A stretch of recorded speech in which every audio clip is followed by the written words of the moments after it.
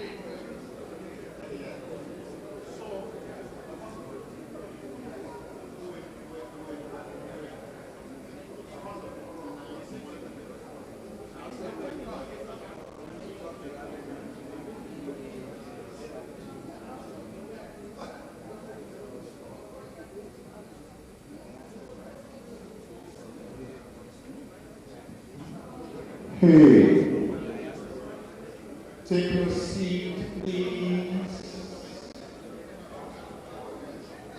Okay,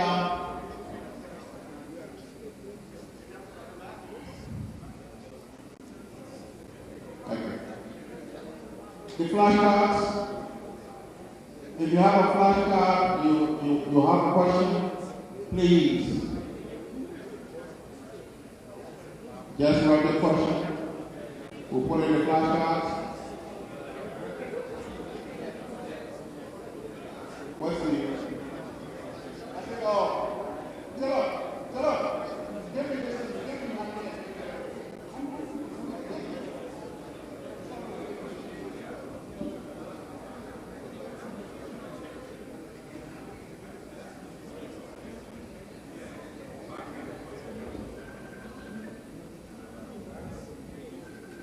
If you have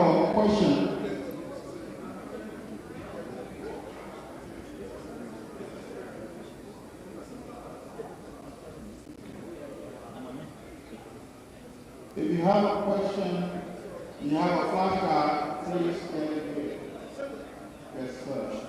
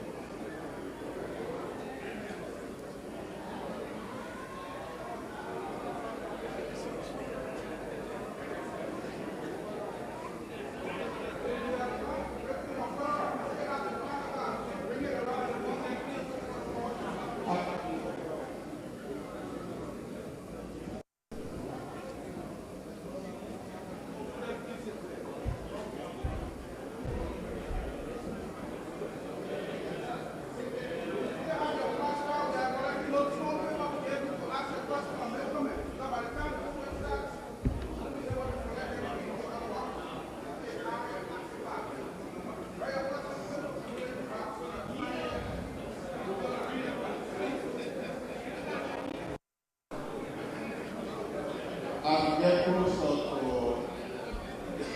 the official town hall meeting, what we're suggesting is that please find a place to sit. If you are an official of government, state or Republic of Liberia government, or the state of Pennsylvania government, our political officers are here to make sure that you have a seat. Please, our political officers are here for you to have a seat. And please, again, the security is telling me that they don't want people standing up. And we have enough seats around here. You can sit and have your conversation. You can sit and have a conversation. Because if you don't do it, at a certain point in time, I will talk. The security will act. Thank you.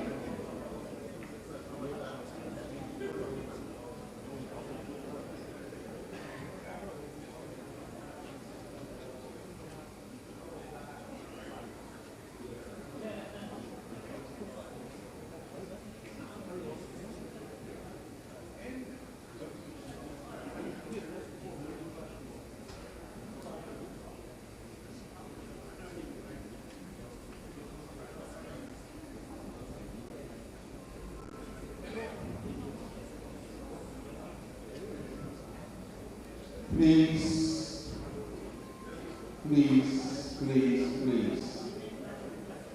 The protocol is informing me that the VIP is in the building. The VIP is in the building. The security is informing me that the VIP is in the building, and that we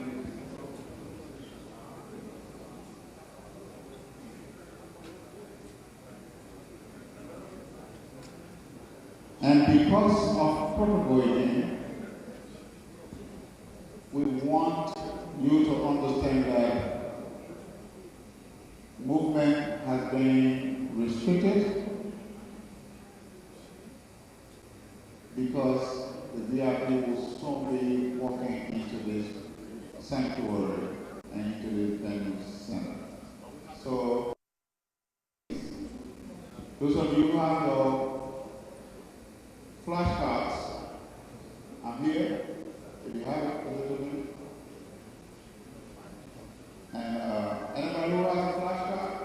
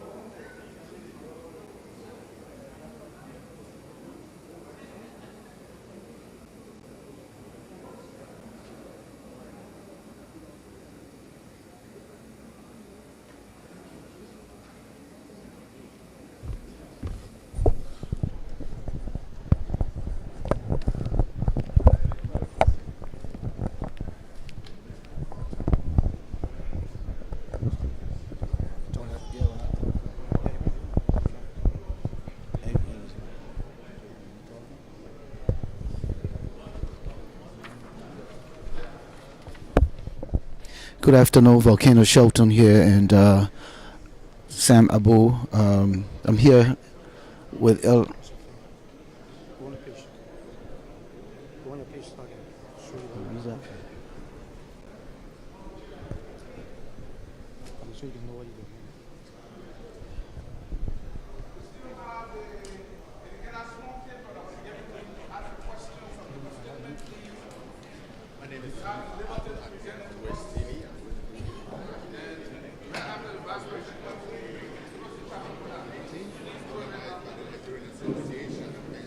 Please, if you have flashcards and you are ready your questions, Liberian Association, you're ready your questions.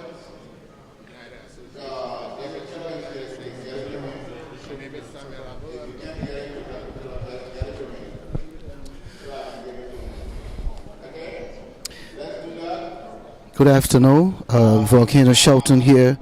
I'm live here with Sam Abu. We're covering the LRTN coverage here of the Vice President of the Republic of Liberia. His Excellency Jeremiah Koung, who is visiting the United States and has come out here on the East Coast, Pennsylvania, precisely the city of Philadelphia, to meet with Liberians in a town hall to just give his own viewpoint on the situations trending in the country. As you and I know, that a lot of things happening in Liberia, whether positive or negative. The Vice President is here to make his case. As you can see, Liberians have gathered. There will be a lot of questions asked here today, and a lot of folks have come from far and near with intent to more or less be a part of this occasion. So again, the Vice President, as I'm told, is currently here, but he has not come in the hall yet. But again, he will be coming in any moment. There's a lot of here. He has an entourage.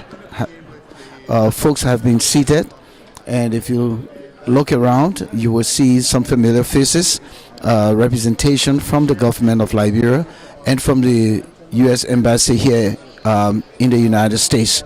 I also want to iterate here that there are a lot of Secret Service members here out there. The security is beefed up. So this place is more kind of fortified in terms of, what's supposed to trend in terms of security.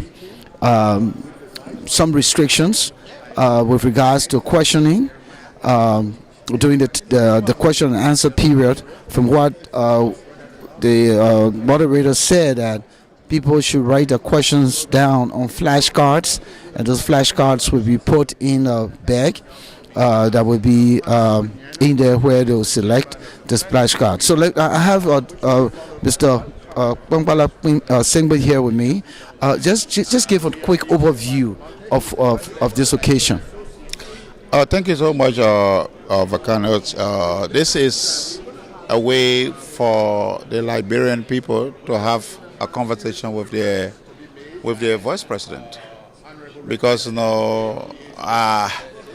we have a lot of concerns from outside of the country, and then who's best able to answer those questions or those concerns?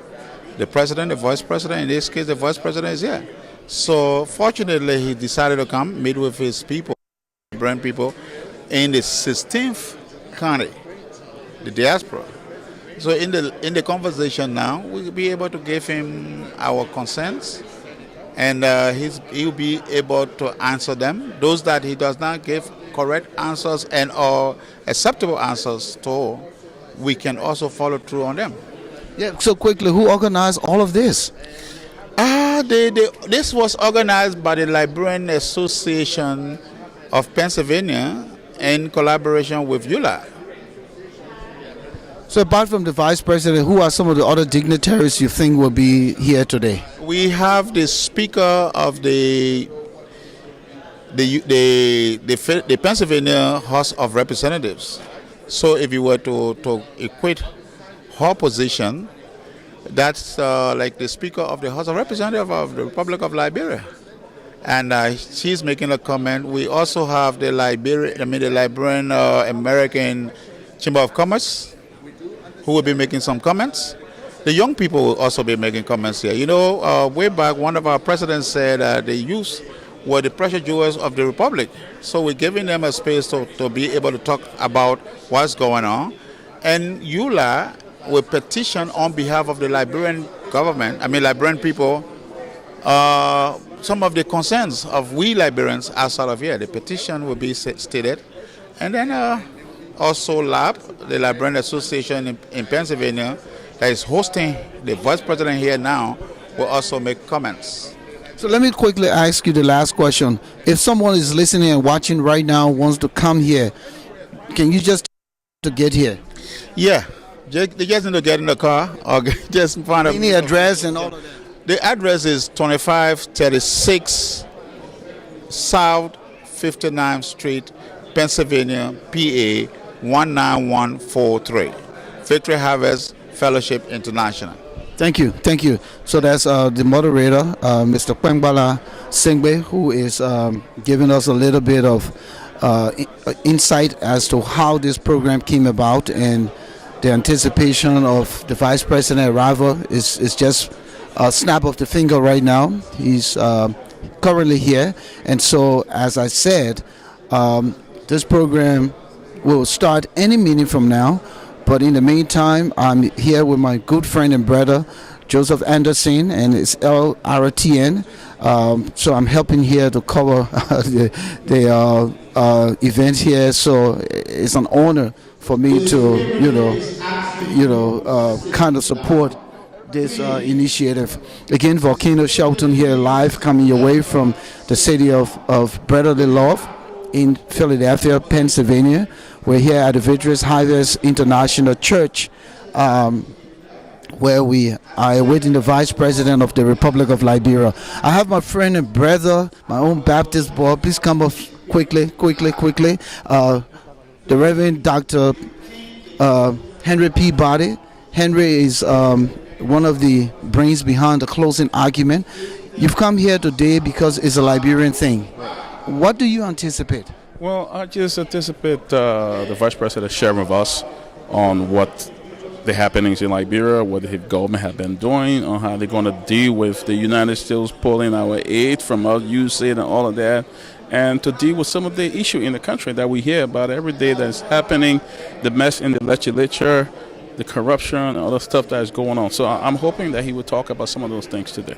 Recently, the President Boakai was in Kakata, Margibi County, I believe Margibi County, not precisely Kakata, but Margibi County, where he was dedicating a hospital built by a diasporan from the story.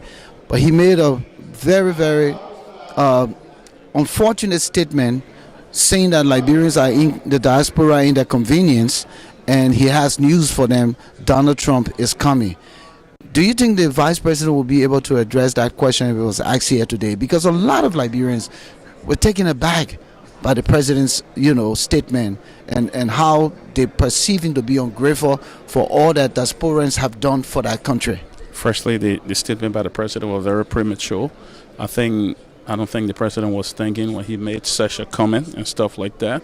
So I think Liberians are very unhappy of that comment, and I think that maybe the VP may try to fix it. He may try to correct it here, but I think the President himself needs to apologize to the Liberian people. But hopefully maybe the VP may try to chime in and tell us what's going on or what's happening or why the President. But I think the statement itself was very irresponsible and premature by the President.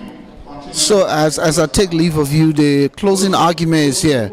In what capacity and what are you looking forward to? Well, we are looking forward to just bringing information live to the Liberian people, some of the question, the displeasure and the concern that Liberians may have, and to share. So we're hoping to bring it live a little bit of some of the questions. We're not here in our official capacity, but we just hope to bring you bits and pieces of what's going on here today and let the Liberian people see what's going on.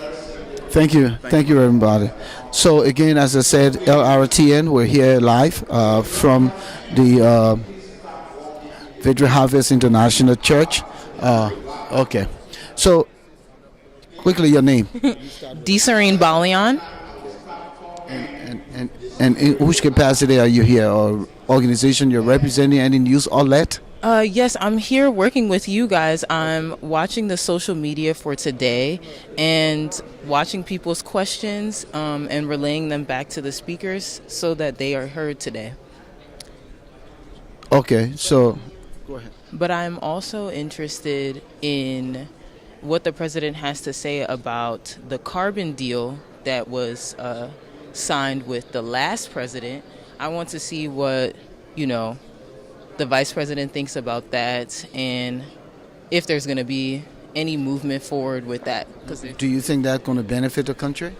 No, I think a lot of people will be displaced if that carbon deal does go through, as well as it being hurtful for the environment.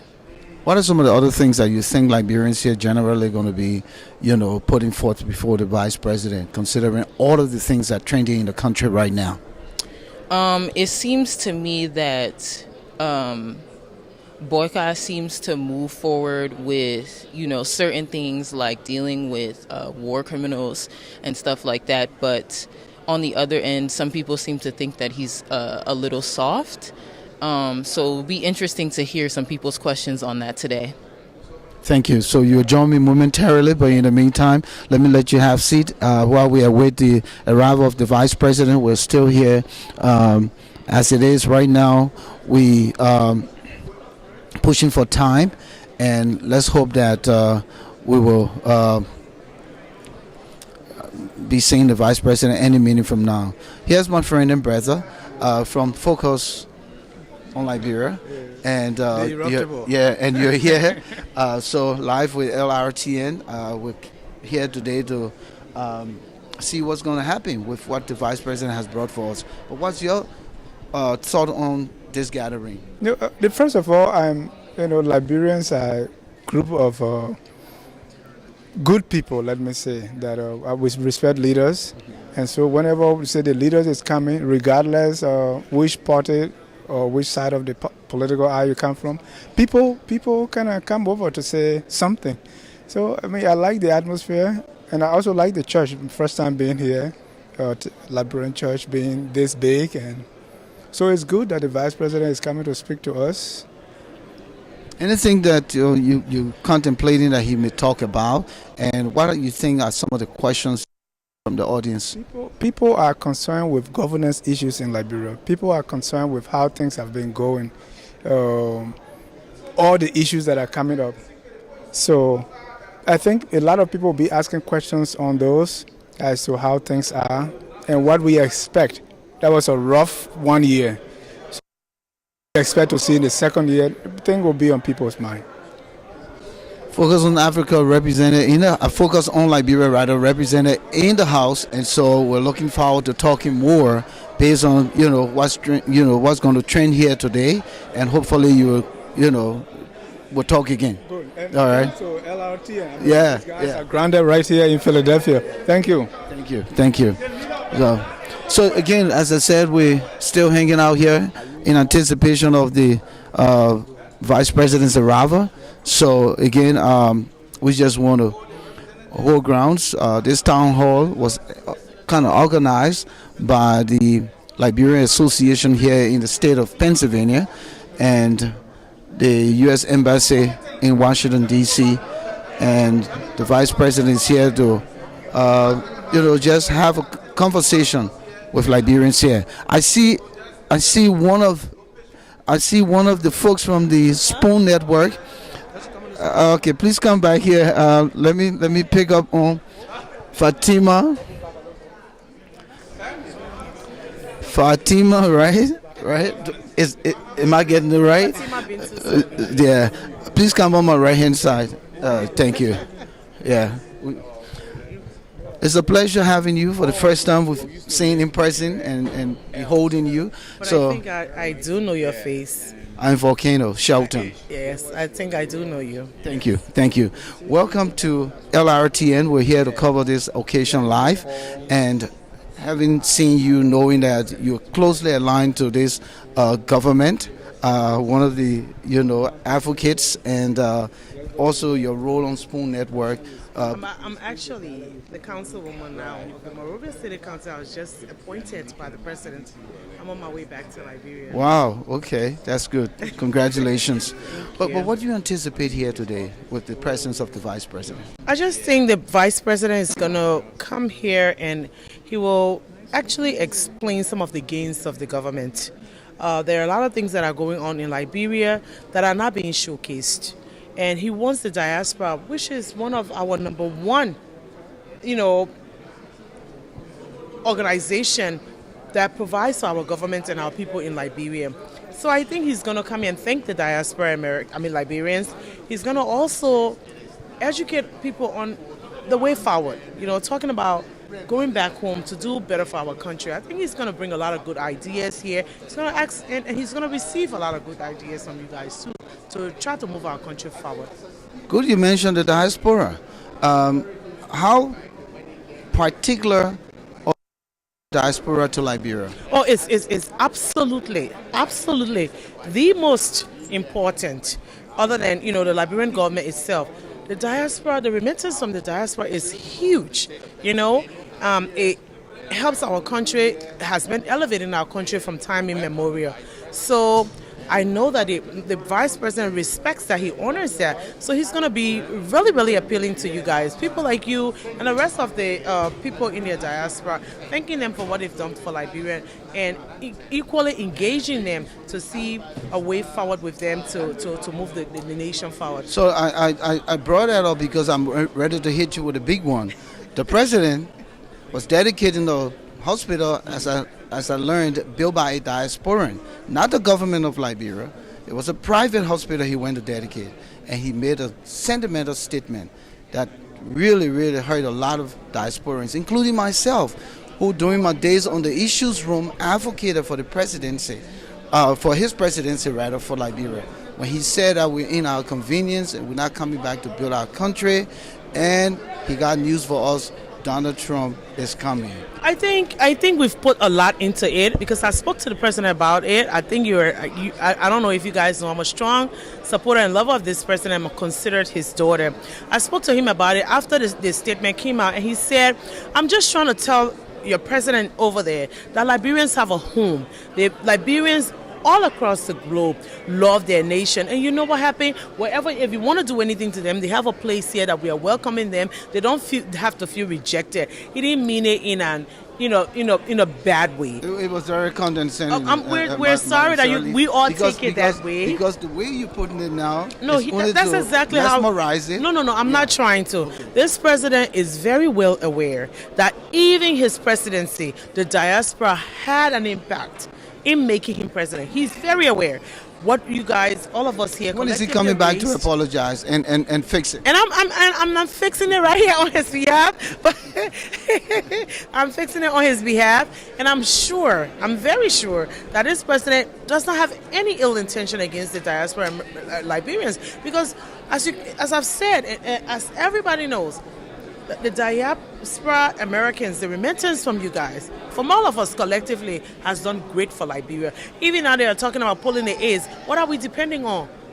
Right now we just formed the Liberia Diaspora Equity Fund, and who are we depending on? The likes of you and the rest of the people. So I beg you guys, on behalf of my Papa Joseph Wakai, he did not mean it in that way. Maybe it was misconstrued.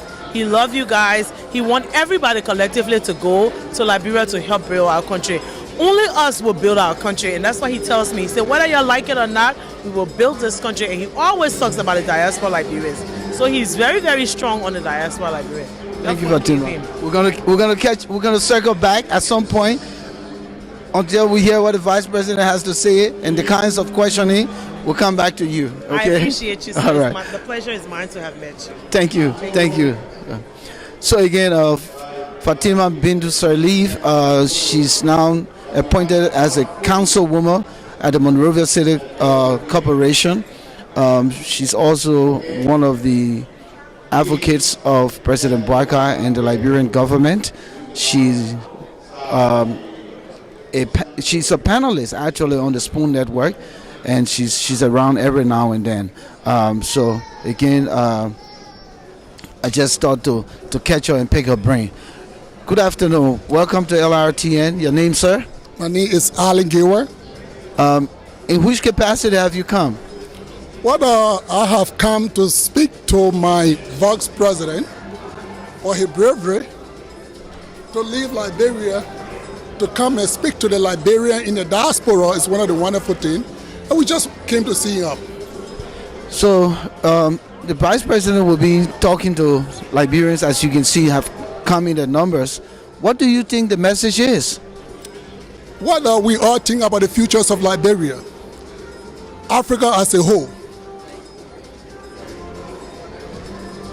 Yeah, Africa as a whole. Because it's very, very sad that most African countries got her independence in the 60s. They were decolonized.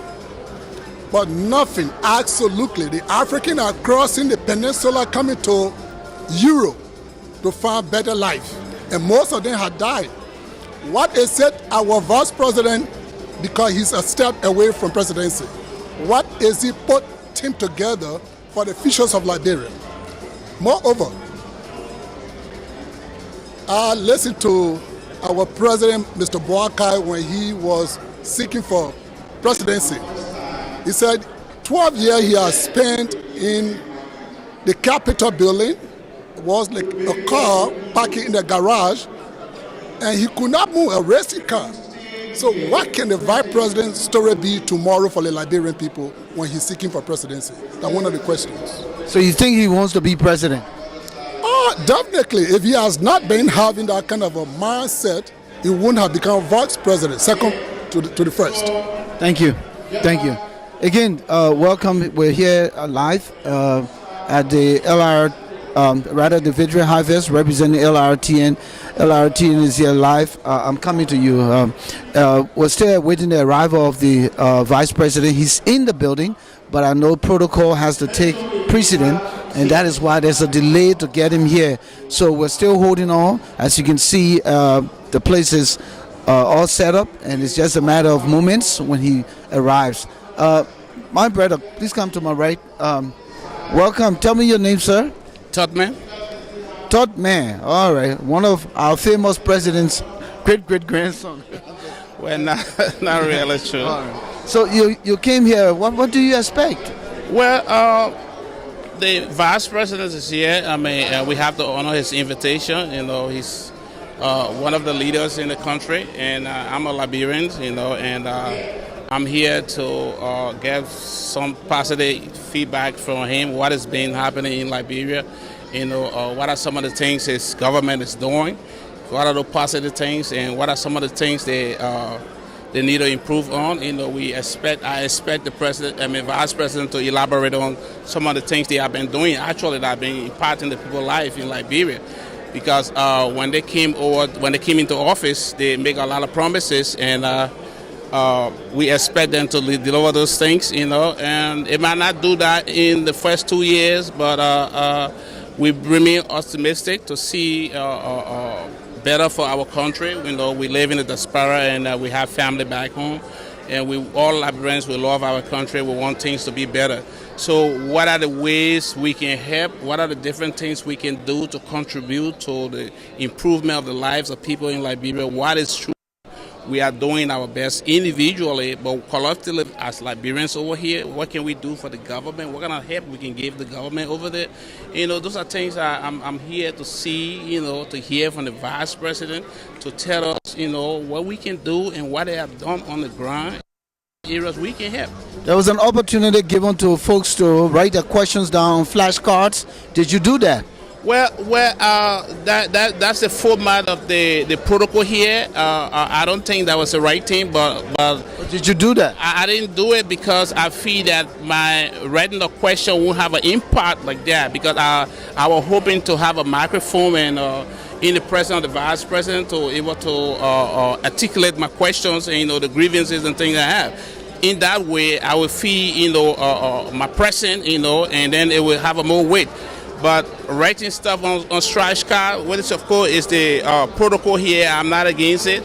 But who knows? They might not read all the information on the scratch card. A lot of people question will not be read, or their statement will not be read. So I think that was not the right way to do it. But again, it's the protocol, and we have to, you know, go back. Follow it.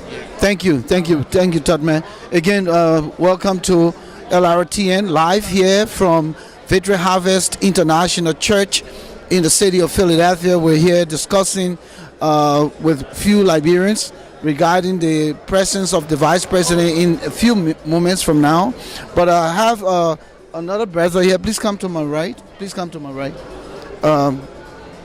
Welcome. Tell me your name, sir. Mohammed Sharif. Mohammed Sharif. You are in the Philadelphia community? Yes. And you heard about the vice president coming. What do you anticipate his message will be? I don't know what his message is going to be. In anticipation, based on all of the things trending in the country. I will hope that he talks about the road construction. We know that this time of the year, the roads are a really muddy mess. People can't travel. So I hope that he's going to address that, and not only address that, but the government needs to take that very seriously. I will hope that he will talk about health and education, all these different things that are existential issues in Liberia at this time. I will hope that not only just talking about it in this town hall and not only taking questions, but going back and actually actualizing what he is going to talk about tonight. Thank you so much, and we'll look forward to circling back. Hopefully, we'll hear more, and then we can kind of, you know, dissect what the vice president says. Thank you. Again, we're still awaiting the arrival of the vice president. I have Samuel Abu. He is the president of the Association of Liberian Journalists here in the Americas. Pennsylvania chapter, or the Delaware chapter, meaning it's a combination of states, New Jersey, Delaware, Pennsylvania. Mr. Abu, Mr. Abu, we're here. You know, Liberia is our pride, and anytime there's a gathering for the purpose of our country, especially to talk about the gains made, we come. So media practitioners are all here in the house, especially some of the talk show, hosts. I'm from the Issues Room. You are an affiliate of the Issues Room, and and now we're representing LRTN here today. So the former Spoon people here. Yeah, the former Spoon people.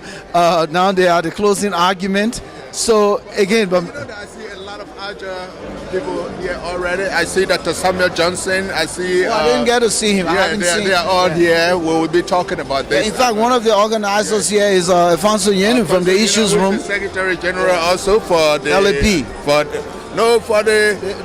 Aja chapter. Okay.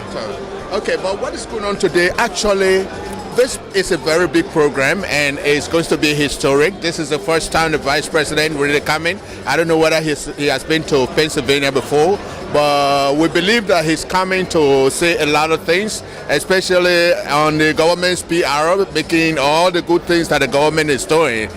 Saying it this way doesn't mean that I'm saying that the government is not doing something good, but that is his responsibility. I'm not supposed to be talking for them. I actually here, I'm as a journalist, and we look at it like today. I'm my own evaluation of this program.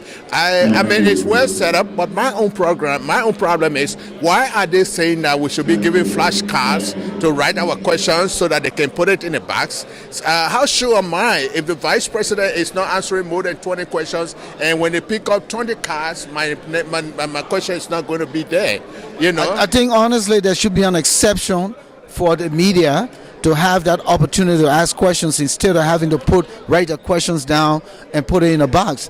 We need an advocate for that.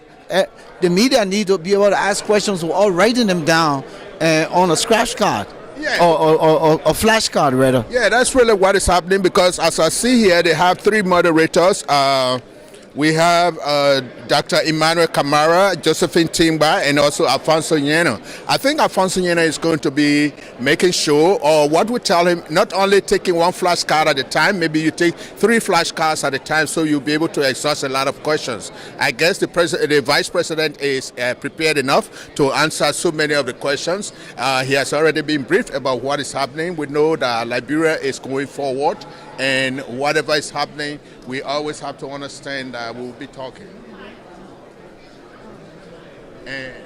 So let me quickly pause you while you still hang on. I have the Deputy Minister from the Ministry of State for Presidential Affairs, Mr. Iras. Yeah, come through. Listen, it's just to let the folks know that the government is well represented. So you're one of the folks who travel. Did you come with the Vice President on this? I came ahead. Okay. The delegation in a way. Yeah. So what do we anticipate here today with the Vice President's presence? What message is he bringing? Well, basically, the Vice President will be speaking to his fellow citizens across the diaspora. Today's meeting is even more important because this will be his first time in the U.S. as Vice President seated. First time in Philadelphia as Vice President. And so far, this will be like his second Townhall style meeting. The goal is to give people hope, let people know that the country is ready for investment, and to also, let young people know that we can all trust in our country, trust in our government, and we can all work together and build the Liberia that we all envision. But sitting down on the sideline will not help any one of us, and we all have to get involved regardless of what it is. Let me let my colleague ask a question. When you say sitting on the sideline, are you really saying that we in the diaspora are on the sideline and we need to come in, and this visit is to tell us to get on board? Well, sitting on the sideline not in a negative way, but to get more involved. Our economy is challenged, our country is challenged. I live in Liberia. I rent currently from a Lebanese man, I would have loved to be renting from a Liberian, but because we have many Liberians here, I believe if all of us start to get involved, most of the properties will be owned by us, and we can take over our economy and we can rent from each other. Well, I do understand this because when you're saying that we must get more involved, I think the Vice President's visit should actually be to give us more information on what is happening on the ground as compared to what we know here. But if you talk about Liberians getting involved, diaspora getting involved, we see that if you just look at the remittances, the record of remittances, we are almost paying to Liberia almost half of the budget that is coming from abroad here. So we are fully involved. So it's like we're expecting him to be coming to make a report to us as to how far the government has gone and how far they expect us to know exactly what is happening. You as the Deputy Minister, I'm happy to have you here today. So let me say this. There's two levels. Yeah. The getting involved is the end result, right? Providing you the update of the status of the country is part of the process. But what we achieve at the end of everything, every engagement, is getting involved more. Because when he provide you an update and also let you know the investment opportunity that exists for Liberians, it will motivate you. It will make more people to want to get involved. So getting involved, the request to encourage people to get involved is in no way not recognizing the collective contribution exceed foreign direct investment. Liberia acknowledges that, and everybody knows it's an open secret that the diaspora has sustained the country over the years. But when you have a government that's coming and the government provide you update that strengthen your hope, it even make you to even get involved more, and that's why I made a statement. So let me just ask the last question, not to take all your time here, quickly. How prepared is the country to absorb the diaspora? The president office have set up a structure that is working on a lot of other things that will create the foundation that will be able to absorb, all of us. The reason I'm asking this question because I don't want to come and live in inconvenience. I want to live conveniently, like the president said. We can't leave our convenience and come to an inconvenient situation. So what's the work being done behind the scene, like you said, to prepare for Liberians to say, oh, wait a minute, I'm ready to come home? And that's why the president now have a diaspora office. The diaspora office comprises of people that live in the diaspora, that understand the diaspora issues, and it's hope that those issues that we understand can be translated into policy and other, structural issues that will deal with the challenges directly. Thank you. The last time you are from the President's office, that's the Ministry of State, the American government is trying to give an exodus of deportation. How prepared is Liberia? Well, again, Liberia is for Liberia, okay? We don't pray for our people to be massively deported. There are a lot of works, diplomatic channel that is ongoing. And if our people come, we'll welcome our people back home. It's our country. We cannot abandon our country. Liberia is Liberia. However, we hope and wish that our people can come home in a more decent way than honor the nomenclature deportation. Liberians are peaceful people, are hard workers. Liberians are educated, and they want to come back home in a way that is not stigmatizing as people being deported. So, but again, when they come, Liberia will receive them, and the government will put other things in place to help. The challenges remain the challenges, and we have to work and live and learn as we go through them. Thank you. Thank you, Erasmo. Thank you very much. So again, Abu, as you think about it, we are here again. We're here looking at and reviewing the circumstance, things happening in the country, and what this vice president is about to tell us that may be different than what we know. Because our world now is globalized. Communication is one of the easiest access through social media and other means. So, what are you anticipating, Mr. Woods, coming here today, leaving your business schedule, like people say, to come and listen to this vice president? Is it going to be sugar-coated conversation here, or is he going to come direct and honest about the country and the situation back home?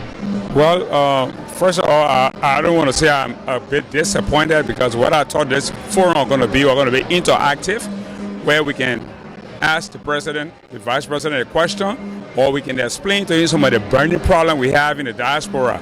So I came here purposely from the business sector, because there's some serious challenges that we as business people are facing from the diaspora. And one of the issues that I want to highlight specifically is the situation of the APN terminal. The concession referred to as the APN terminal, I refer to it as a poverty increment investment or a concession to Liberia. And unfortunately, if your question is not picked, that means that question will not be asked. Did you write the question on the flashcard? No, the thing about it is that if I write a question on the flashcard, they're going to ask him, he's just going to give an answer. I want to tell you that, look, the APN terminal is a challenge. The APN terminal is not a good investor or a partner to the Liberian government. And if he asks me why, then I will explain to him. And let me just get a message across there. We have a situation where the APN terminal came to Liberia maybe 2006. Now we have a situation where you have port charges or storage. They will charge you storage. When they initially entered the country, they were charging like $20 a day after 6 days of your container being in the port. Now, by this time, they are charging $30, $35, $78 after your container stay in the port for 21 days. Now, they keep it there. Yeah, I mean, some of the challenges we have with the APN terminal, your container gets there, they tell you the equipments are down. If the equipments are down, you have to wait. And it's supposed to be at their fault. No, they don't honor that. And the disappointing aspect of it is that when you speak to government officials, they don't do anything about these things, because they are the bridge between the company and us. So if the government don't seek our interest, so it's just a waste of our time. But I think if I can have the opportunity to have an interactive conversation, for which I'm here, because I'm here purposely because we should have a business meeting with the vice president. If it wasn't so, I wasn't going to come here. But I'm only here to see if that meeting can hold so that I can explain to him, because if the government must succeed, their concession or their partners, these investors should be able to be friendly enough for us to do business so that all our weight cannot be on the government. But right now, everybody wants the government because the private sector is not effective, it's not efficient, it's not doing anything to alleviate the Liberian from poverty. What the APN terminal is doing is increasing poverty. My container gets there 1 week, 2 weeks. If I can't afford to pay that money, then you keep the container for 3 years. Everything gets rotting in the container. Then you bring the container back to me, I give you $3,000. Keeping it for 3 years is about $50-some more thousand. It's not a waste. So people credit money from the bank. People take money, they mortgage their property here, they're investing it, they're going to go help the economy of Liberia, and they get there, they are frustrated. No government official can talk to you. The court system is anti-diaspora Liberians. I mean, the challenges in the country are enormous. So I don't see nowhere where we don't have a government that will be looking into these things, critically talking to the right stakeholders, not just people who want to be friends with politicians. I don't want to be a friend of a politician. I want to do business so I can be able to sustain myself, contribute to my community, and Liberia will be okay. Thank you, Mr. Woods. Thank you. It is hoped that a lot of folks, will have their issues or whatever concerns addressed. Yeah, because right now, I'll tell you the truth. There's a lot of things, trending in Liberia that needs to be discussed. But this vice president wouldn't have the time to cover a lot of those things. So I hope he will look at the very important issues in his presentations here tonight. It is important. We're still awaiting the vice president. We're anticipating that the program was going to start at 4, as we said, 4, and now we have passed 4 o'clock. Let me quickly look at my time. It's about 4:39, so we're still dragging and waiting for as it is right now. So again, we're still waiting on the vice president to enter the hall. We are told that he's here, but apparently they're still addressing the protocol, and at this time we're just waiting. I have a lady here who wants to speak to the media. Your name? Lynette Mensko. Madam Mensko, are you from the area or you travel all the way, like people will say, from far and yonder to be here? No, I live in South Jersey, so I am from another state. But I'm excited to be here. So what are you anticipating the Vice President going to say here today that will matter to you?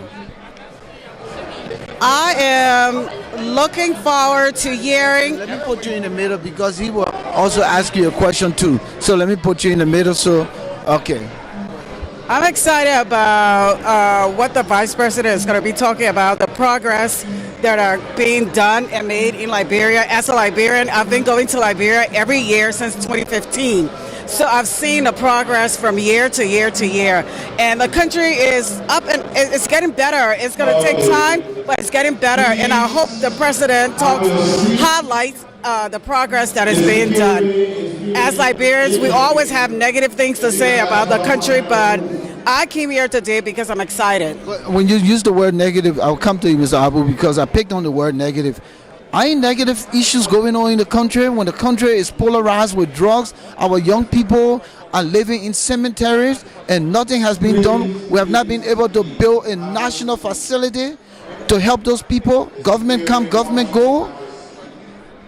All right, you're right about those things, but who inherits that country if we have more than 1.some million generation inherits, and we're not preparing them? But we can't expect this government to fix the problems, all the problems that are in Liberia. So this government said it will rescue the country. Rescuing the country means the country, the people, everything in the country. But the country is not a toy. The country has so many different parts of it, and they're addressing. For me, I'm impressed that they're addressing the road situation in Liberia. Roads have been very bad, and from last year to this year, you can drive back and forth from the airport. You can drive from downtown to Painesville twice in one day. You couldn't do that last year. They're focusing on the road. For me, there are a lot of things that needs to be fixed, but they're tackling things one at a time. But us, Liberians and Liberians who live in Liberia, we need to take on the approach that we do in America. In America, the communities build their communities. They have an area where they say we need a store year, we need this year, we need that year. Liberians have to take charge of their communities they live in as well. The government cannot do everything. I am not. To my attention that there is a specific concern that you want to put up to the Vice President today. That is how communities will be responsible for making their communities better for themselves. How do you think that can happen? I think what can happen is every community needs a leader, and they need to have town hall meetings like we're doing today. A leader, the community needs to get together and say, you know what, the road coming to this area is bad. What can we do to fix it? What can we do as a community? So I think appointing a leader and having meetings, town hall meetings, to get everybody in the community involved is the way to move forward. Because what is happening now, what you are saying, I think it's already happening in Monrovia or in other communities. Because every time there's a little thing that is happening in Monrovia, when people get on the live, they say, I contacted the community leader, I reported to the community leader. So this means that these kind of things are going on. So how can we strengthen them to be more active? Well, who are the community leaders? We need to know these people because, all right, if we're dealing with just Monrovia, then the mayor of Monrovia needs to talk to these community leaders. So who are they? I don't know who they are. Most people don't know who they are. So it's not okay to say, oh, the community leaders are doing this or doing that. Who are these people? These people need to be visible. They need to be known so people can go to them as the first contact to say, these are our issues. How can we take it further? Is it that on the government level, they should have a database of community leaders so that everybody can know them? Because what I know that is that when you go to Monrovia, you go to GSA Road where he comes from. If you ask for the community leader, they will point at one person that almost everybody knows to be the community leader. You know, so maybe are you really asking that government has a database that we can just sit down when I say I'm going to Juba there is a community leader there that I can see online there and get directly in touch with him. No, I'm not saying government needs to have a database for this. I'm saying if we're dealing with, if we're talking about Monrovia right now, that's the responsibility of the mayor of Monrovia. The mayor of Monrovia is responsible for the little towns and sectors and the communities. That's the mayor's responsibility. And if you have a representative of a community, that person needs to be known, because the mayor can direct his message through that person to the community. You know our population.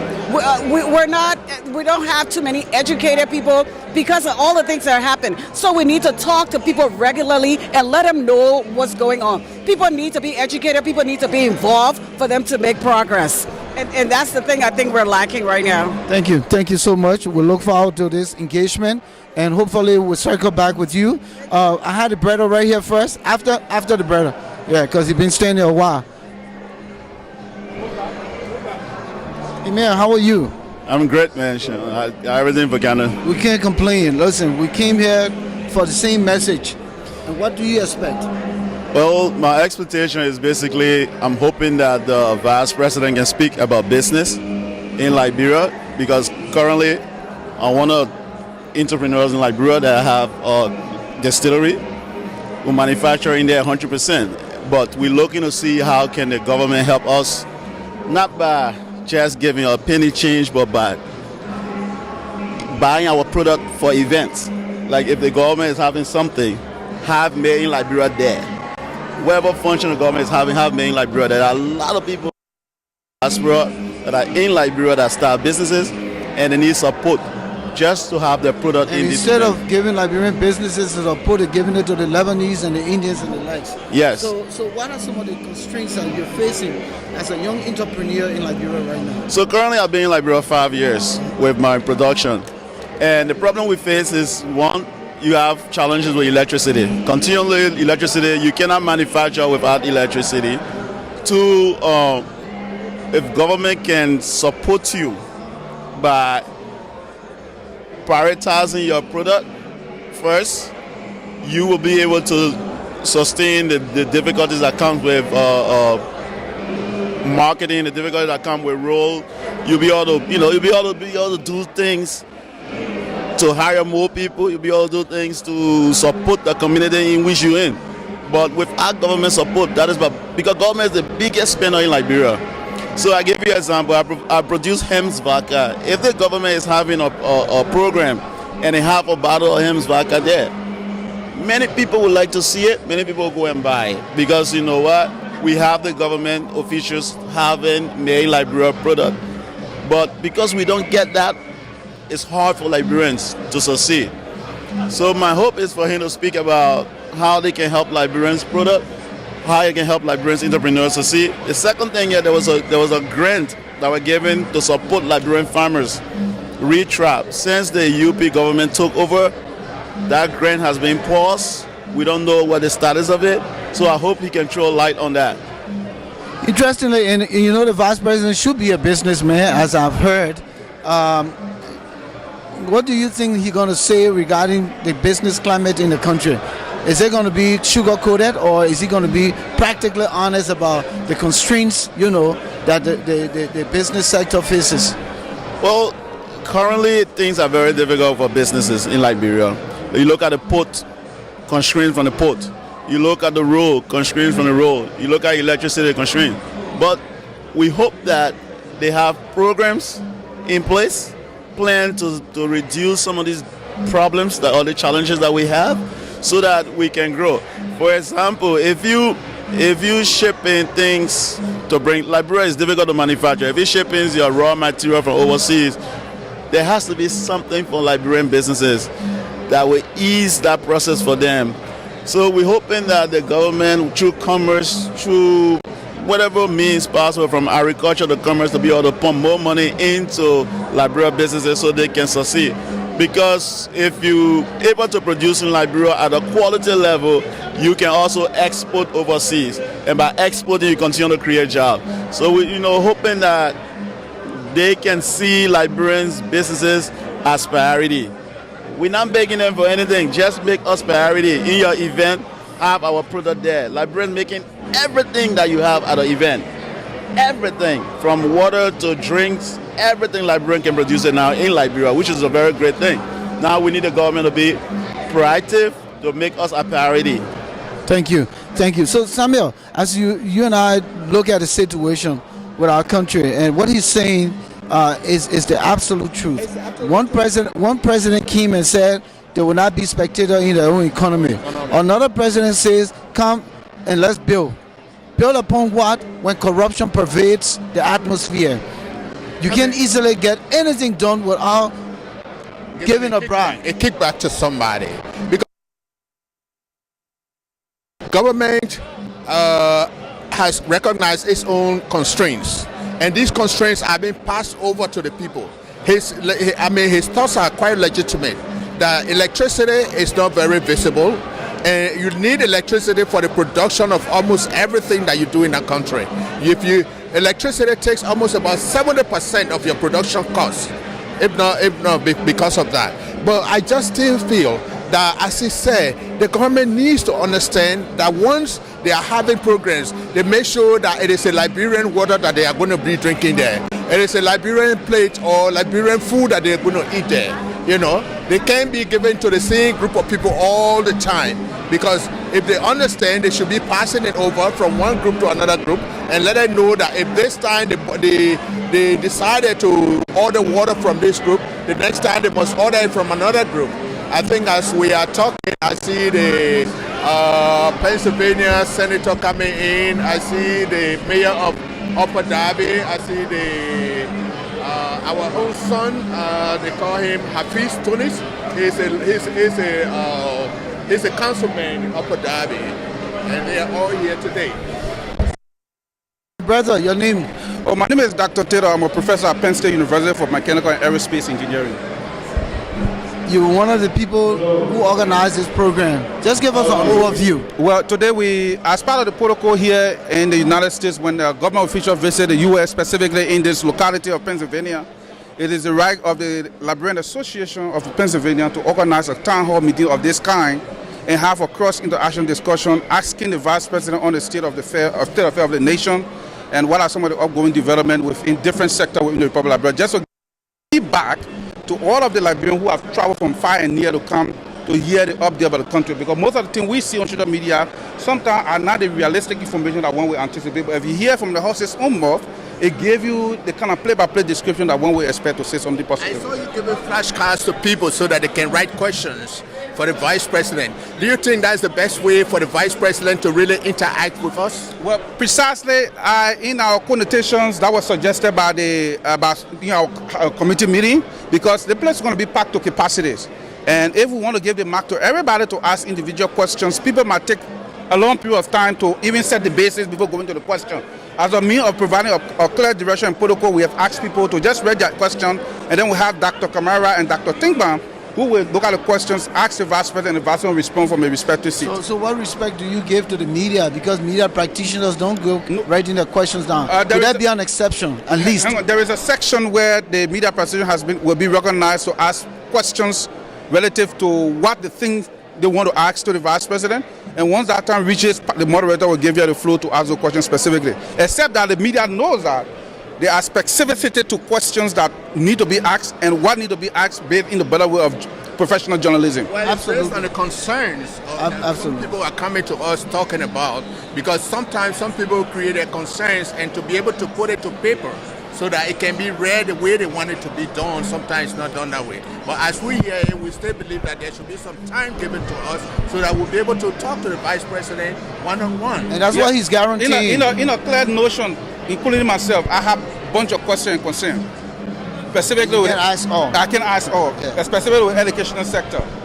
But because I am not tactically politically driven, and God has blessed me with a lucrative paid job here as a professor at Penn State, that's the reason why I either channel my questions in a way that I represent, because I'm concerned about the engineering sector, specifically the engineering program at the University of Liberia.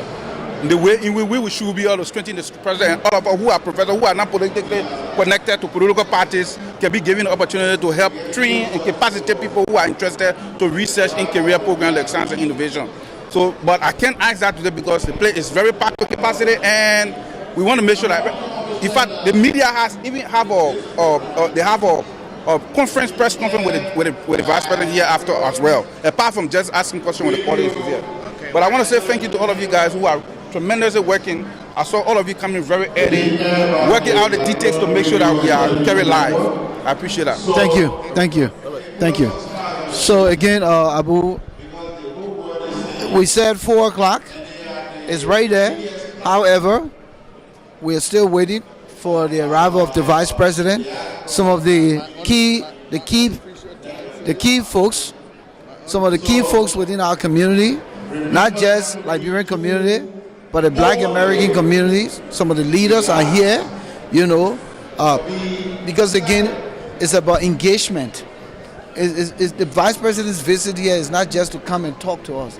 Yes. It's about networking and engagement. Because as I understand from not only the Liberian side, I see that today we're also going to have remarks made by Regina Young, who is the PA state representative here in Philadelphia, another representative, Carol Kasim from Chester County, the mayor of Upper Darby also is going to be here. He's here already, Mayor Brown, the Philadelphia Mayor's Commissioner for African and Caribbean Immigrant Affairs, the whole group, I saw them here. We also have Joanna McClinton, who is the Speaker of the Pennsylvania House of Parliament. All of this is going to be a very big event, and we also have Honorable Anthony Williams, who is the PA State Senator. He's seated right there, I can see him. And we have Honorable Kenyatta Johnson, who is the President of the Philadelphia City Council. So we have a lot of people here today, especially telling the people this is the city of brother and love of Pennsylvania. They have come to join us in welcoming our Vice President. I think this is a great occasion. It tells you that it was not a knee-jerk program put together. To put some planning into it, to have these astute people come here today to participate in this engagement. That tells you that there was a lot of planning. Yes, I see that really, because from what I see in here, I think the program is going to be short because it will be few questions. I mean, the question and answers period, it has a long time to be taken because just as you understand, most of our American dignitaries, they don't talk for long periods. Some of them just talk for 3 minutes, 4 minutes, and they are done. And we just believe that a lot of things are going to be done here today. We look forward to a great occasion. We look forward to the Vice President giving us the taste of what is really happening versus what we are hearing, Thank you. Again, we're still waiting the arrival of the Vice President, Samuel Abu, one of my colleagues from the Association of Liberian Journalists here in the Americas. He is the president of the Delaware Valley chapter. We're here to this. We're here again, as I said, at this town hall meeting. The Vice President will be arriving any minute. He's here, but I'm sure that they're looking at protocol. That is why those folks who were invited come in first before he arrives. This is organized by the Union of Liberian Association in the Americas, ULAA, and the Liberian Association of Pennsylvania, LAP. So the two organizations came together to host the Vice President here today. This program is being held here at the Victory Harvest Fellowship International Church here in the city of Philadelphia. Again, if my colleague Anderson can throw the camera around so you can see in the audience how many people are here. The hall is getting packed. A lot of the Liberian leaders here in the Liberian community are here. The Secret Service, police. This place is stacked, as you can see, as the camera goes around. So folks really put in a lot to being here today. There were noise that the Vice President could not come to America. He couldn't get visa. He was banned from America and all of that. But all of that myth has been laid to rest, as you will see him coming here in his mortal body to walk around and shake hands and come and have a seat and engage, folks. He came with his entourage. So we're still waiting for his arrival here today, as I said. And so let's just hang tight, and we'll be back momentarily. In the meantime, Volcano Shelton teaming up with Mr. Joseph Anderson, LRTN. We're here. We'll be coming back. We just want to take a little pause, and we'll resume broadcast.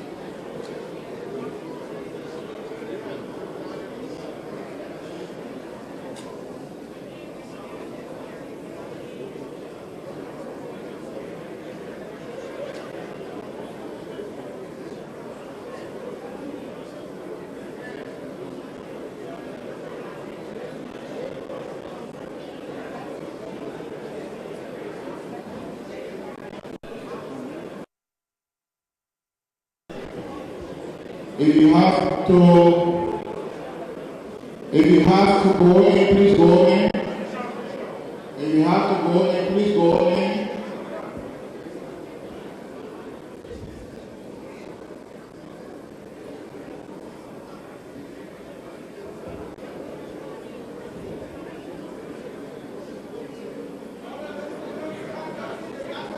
Okay, please.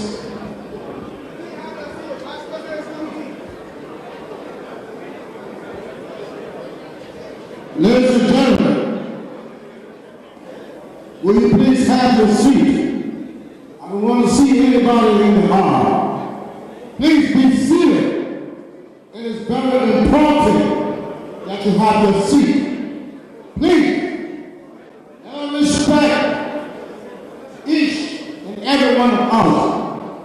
Because this occasion is belonging to us. I need everyone be very attentive. And I behave ourselves, love you all. And God bless you. In Jesus' name.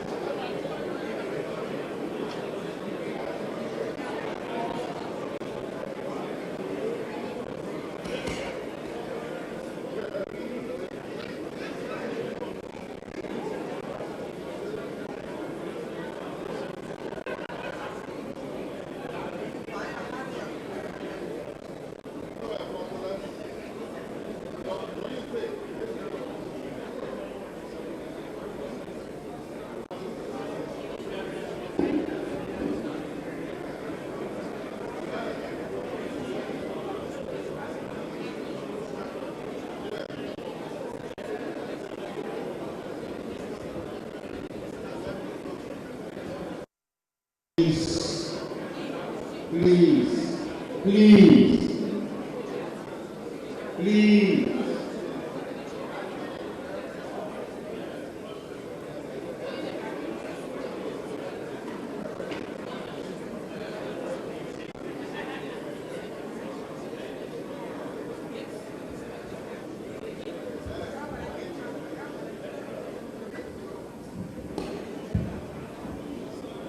One, two, this mic is so blessed. Welcome to Philly.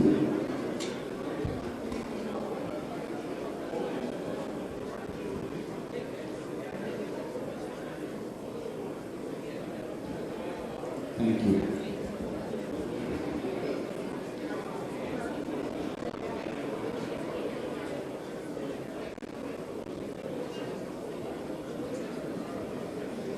Please have your seat. I will talk, the security will act. There'll be a time that my talking will stop. The security's action will begin. Okay? I will talk, the security will act. Everybody, please have a seat. Everybody, please have a seat.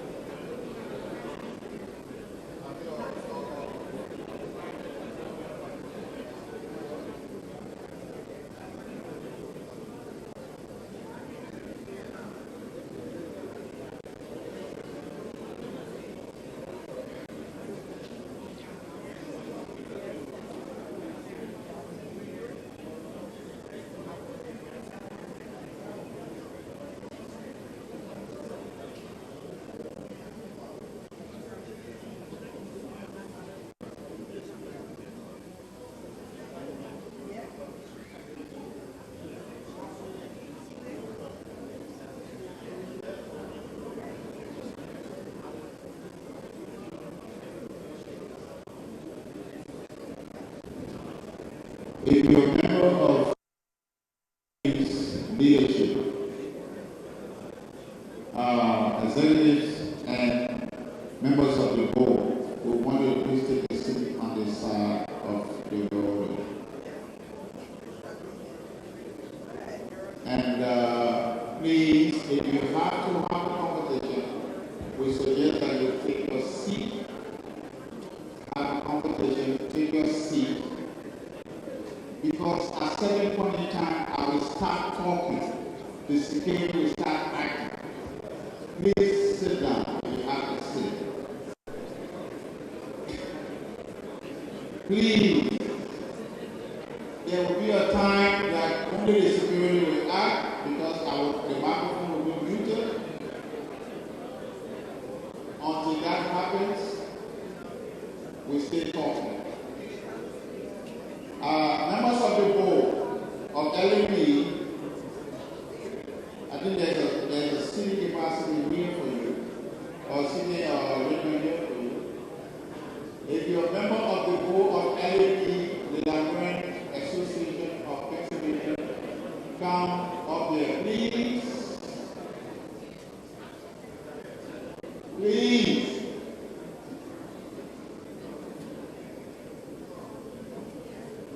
If you don't know ESL, English as a second language, if you want to speak my first language, I will speak the language. There are few people here who can understand language.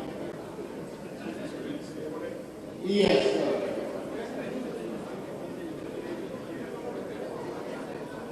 So, please.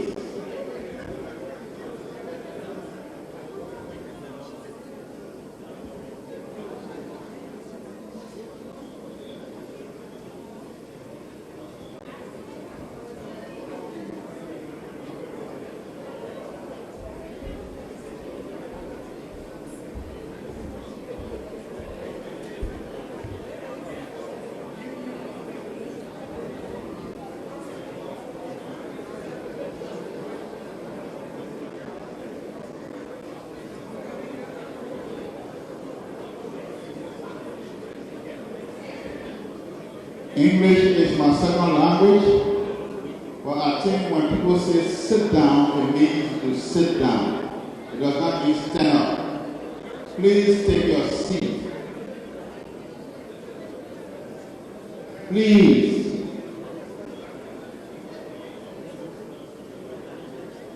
Any moment from now will be ushering the VVIP, and then we'll start until it is gone.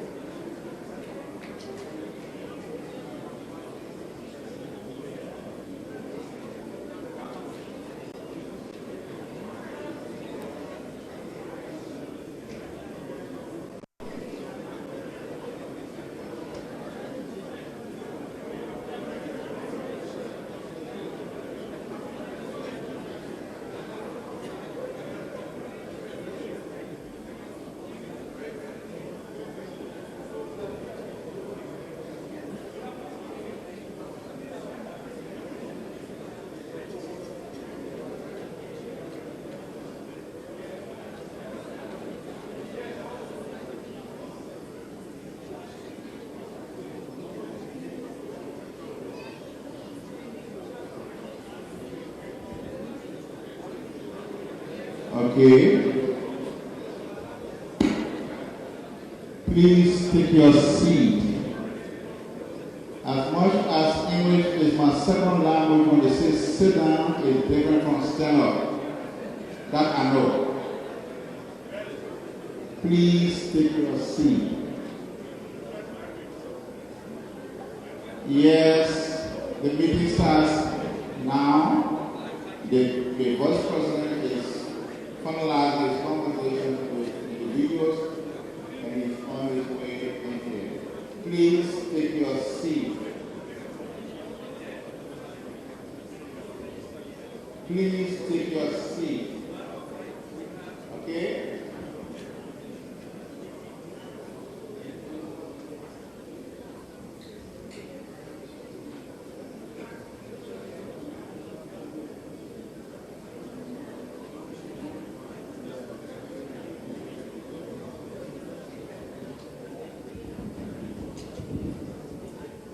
Ladies and gentlemen, will you please take your seat?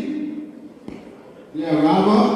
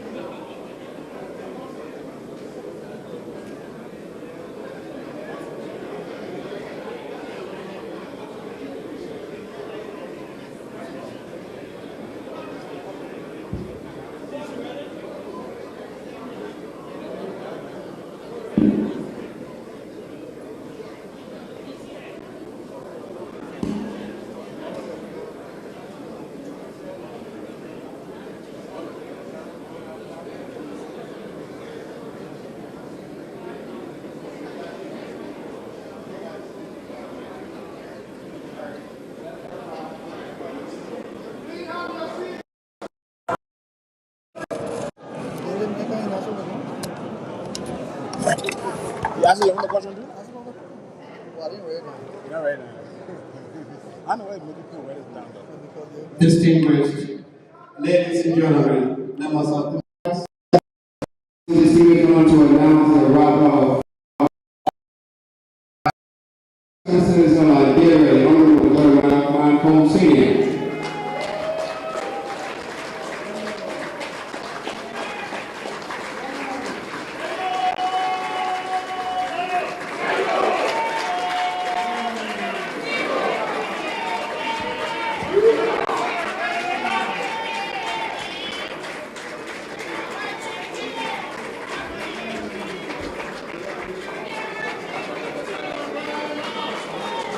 Thank you. You may have your seats.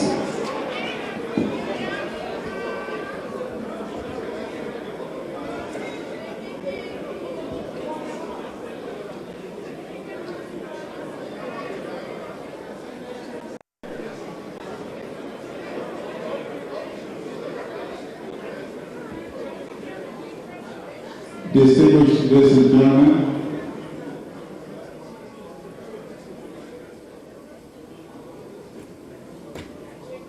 it is my privilege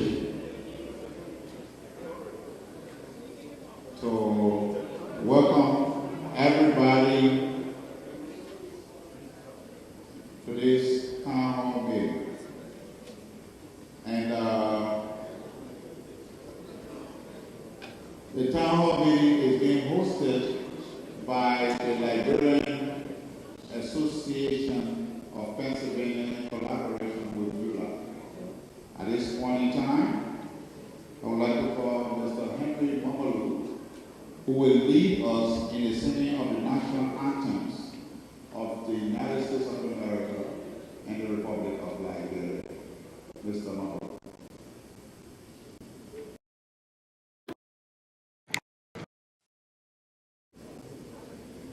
I'd like to welcome everybody here. Mr. Vice President, welcome to Pennsylvania, Philadelphia. Yeah, we're going to make it later. Okay? So come on, I need people.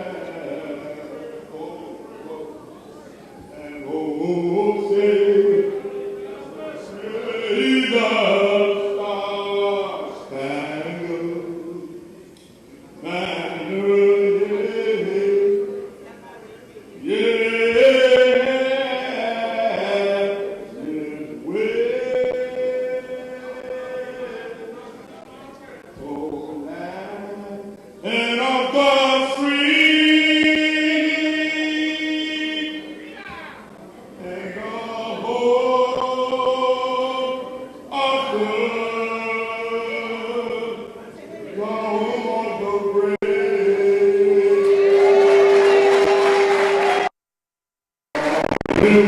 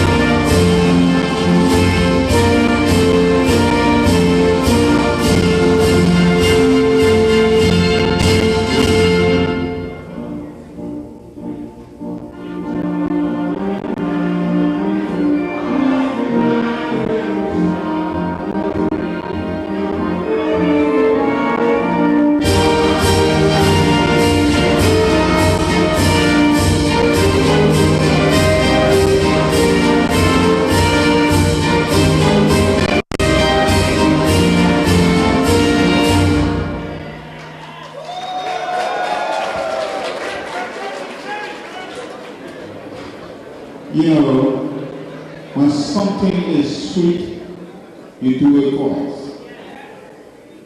The United States of America is a sweet country, so we get it twice. And the Republic of Liberia is a sweeter country, and so we get it 2 times. I will now call on the Reverend Dr. Anthony Kawala Seme, Senior Pastor of Victory Harvest Fellowship International, for invocation.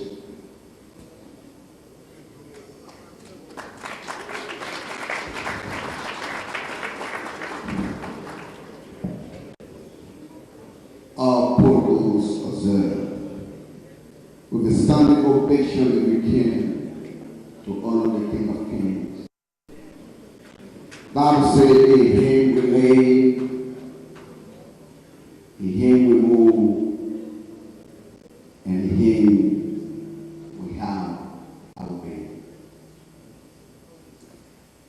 A movement of silence for the fallen heroes of our beloved country, Liberia, who died still fighting in the struggle.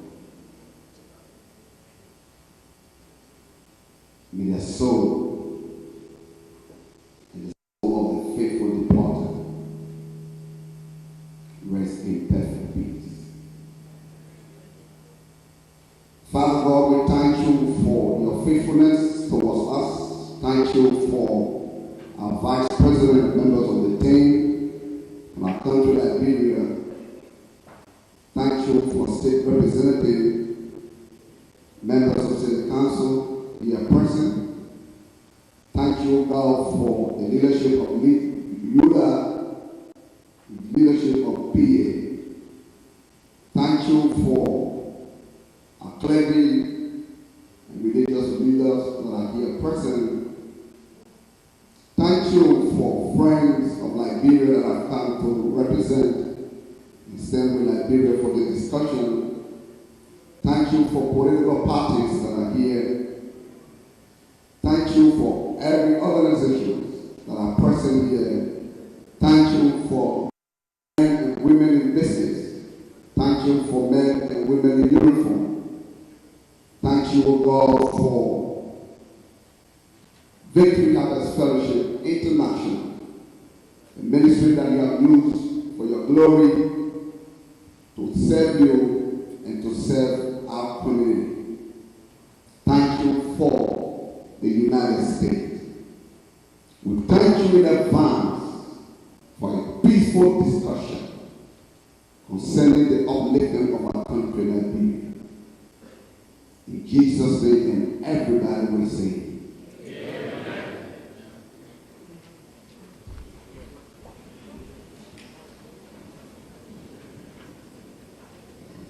Somebody just asked me whether there was a connection between that singer and this other singer that's now on the microphone. I guess okay? If you don't know, you can ask me after this conversation whether there is a connection between that singer and this other singer. So we now call upon Mr. Alfonso W. who is the chairman of the Planning and Organizing Committee, to introduce the resolution. Thank you, Brother Senator. Wow, Philadelphia has turned out. Thank you. Thanks for coming. This is indeed the city of brotherly love and sisterly affection. And you've demonstrated it here tonight to our Vice President and to our dignitaries. Mr. Vice President, our dignitaries, I'm not going to attend to the names yet because I will leave some people out. So I'll just refer to you as dignitaries. Thank you for coming. We just concluded Black History Month in February, and you have demonstrated, politicians here have demonstrated standing with Liberia continuously, and Liberians here, we want to thank you for coming tonight.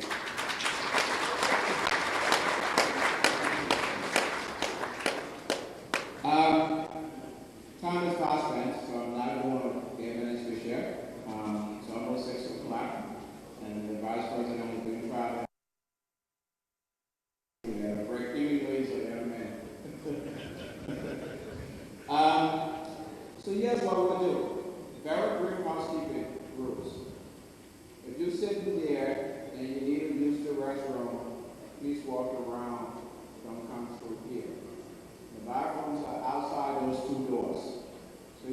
through those 2 doors, keep going. There's another door, go through it, make a left.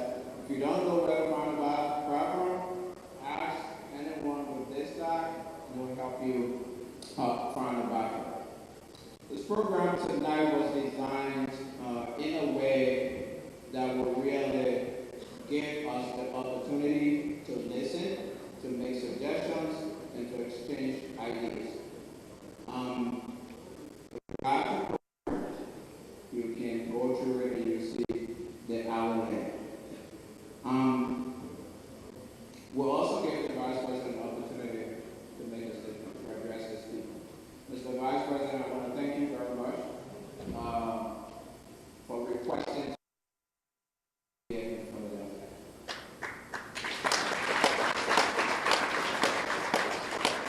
About a month ago, the Vice President's office wrote the Liberian Association of Pennsylvania, the ULAA, the Liberian Associations in America, and said he wanted to with his people. He wanted to come and talk to his people and also hear from them. That is a mark of great leadership, and we appreciate that, and we say thank you.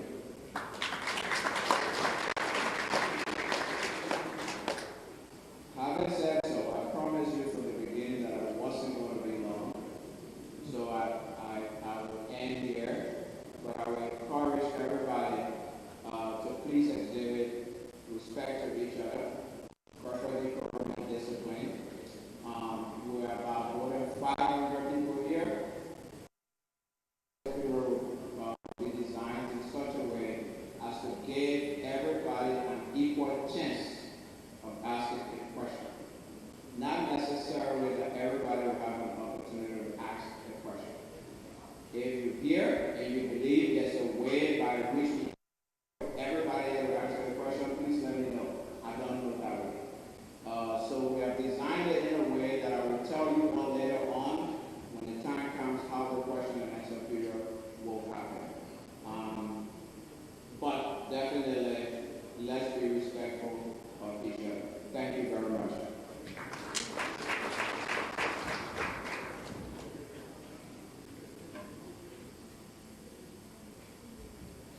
Thank you so much, Dr. Lina.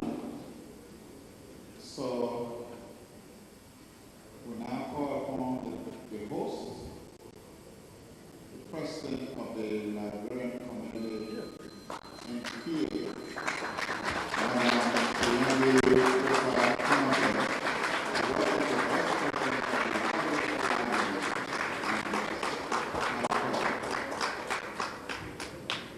Thank you, Dr. Sidney.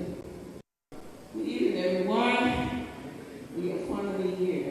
It's only a way to do. Thank you for coming. Your Excellency, Mr. Vice President Jeremiah Koung, the Vice President of the Republic of Liberia, our district representatives and senators here in the House today. I'd like to recognize Senator Anthony Williams. I'd like to recognize Senator Shirley Street. I'd also like to recognize Representative Regina Young of the 185th District, which is where we are today. I want to thank you all for coming. Your Excellency and all those who came along this entourage, the Minister, I want to recognize the Minister. I also want to recognize Mayor Ed Brown of the Upper Valley District. It's the Minister from Liberia. I'm sorry, I want to recognize you. The Minister and the head of Maritime is here also, Mr. Knight. Thanks for coming. And of course, our own President in the United States of the Americas of all Liberians, Mr. Mohammed Keita. Okay. Mr. President and members of the city representatives, Councilman here, Councilman David Banto, who is one of our own, Councilman Hafiz Tunis is also here. We also have Mr. Vice President, and his primary candidate, Mr. Siddiq Kamara. He's fighting for position in district admin office in Delaware County. Thank you. Welcome, Mr. Kamara. And everyone else here. The President, the Board, and Executives of the Liberian Association of America, the Chairman and the Board of LAP, Mr. Chairman, Mr. Reeves, Executive Members of LAP, Presidents of County Associations, Executive Directors of non-governmental institutions, the media, our religious elders, imams, well-wishers, fellow Liberians, ladies and gentlemen. Your Excellency, the Liberian Association of Pennsylvania is the largest and first established immigrant community across the Commonwealth since 1978. We are proud to officially welcome you to the Commonwealth, the city of brotherly love and sisterly affection, Philadelphia. We would like to express thanks and appreciation to your team for thinking about PA and requesting this town hall meeting. We deeply appreciate you always. Dear fellow Liberians, on the official visit and representation of Liberia at the U.S. African Business Forum organized by the U.S. government, we have been privileged to allow our Vice President to give the state of affairs of the current government to allow you, and also to allow you to ask questions necessary to help the government in her quest for economic development and empowerment for our family back home, at the same time hearing from us on our way to support the diaspora community. As we gather here today, we celebrate the rich cultural heritage of Liberia and the significant contributions Liberians have made in our community. We are proud to recognize the achievements of Liberia in various fields, from business and humanitarian perspectives, and we are committed to showing their continued integration and success. We are optimistic that this gathering will create genuine opportunities for economic growth, Mr. Vice President, innovation and job creation that will benefit both Liberians and non-Liberians alike. We believe in fostering a culture of DEI, equality, and inclusiveness, where everyone can thrive. The need to empower Liberian diasporans with advanced education and experience must never be forgotten. We are committed to promoting women's rights and involvement in all aspects of our community here and in Liberia. We recognize the critical role women play in shaping our society, and we are committed to empowering them to reach their full potential. We acknowledge the value contributions of Liberians and non-Liberians with our community, especially in the business sector. We appreciate your commitment to a due diligence in Liberia as we make decisions for better ethical business practices. Honorable VP, as the first president of the Liberian Association of Pennsylvania, we are hopeful to build an institution that will collaborate on the way and partnership programs and projects to support Liberians here and back home. Living out of your country has been a little stressful and challenging, but we are hopeful with your partnership and team-oriented leadership, we can work together and achieve a common goal for Liberia. Before I conclude, I'd like to express our sincere gratitude to President Joseph Numa Boyka for his leadership and commitment to our country, to our community growth and development. We acknowledge the progress made in addressing the war crimes and quote encourage continued efforts to uphold the principles of justice, accountability, and transparency. We are hopeful that Liberian living diaspora can be prepared to vote in the next election 2029 in adherence and passing to the law of the Dual Citizenship Act. Thank you again, Mr. Vice President, for taking the time to visit us today. We look forward to working with you, and you are quite welcome. Thank you.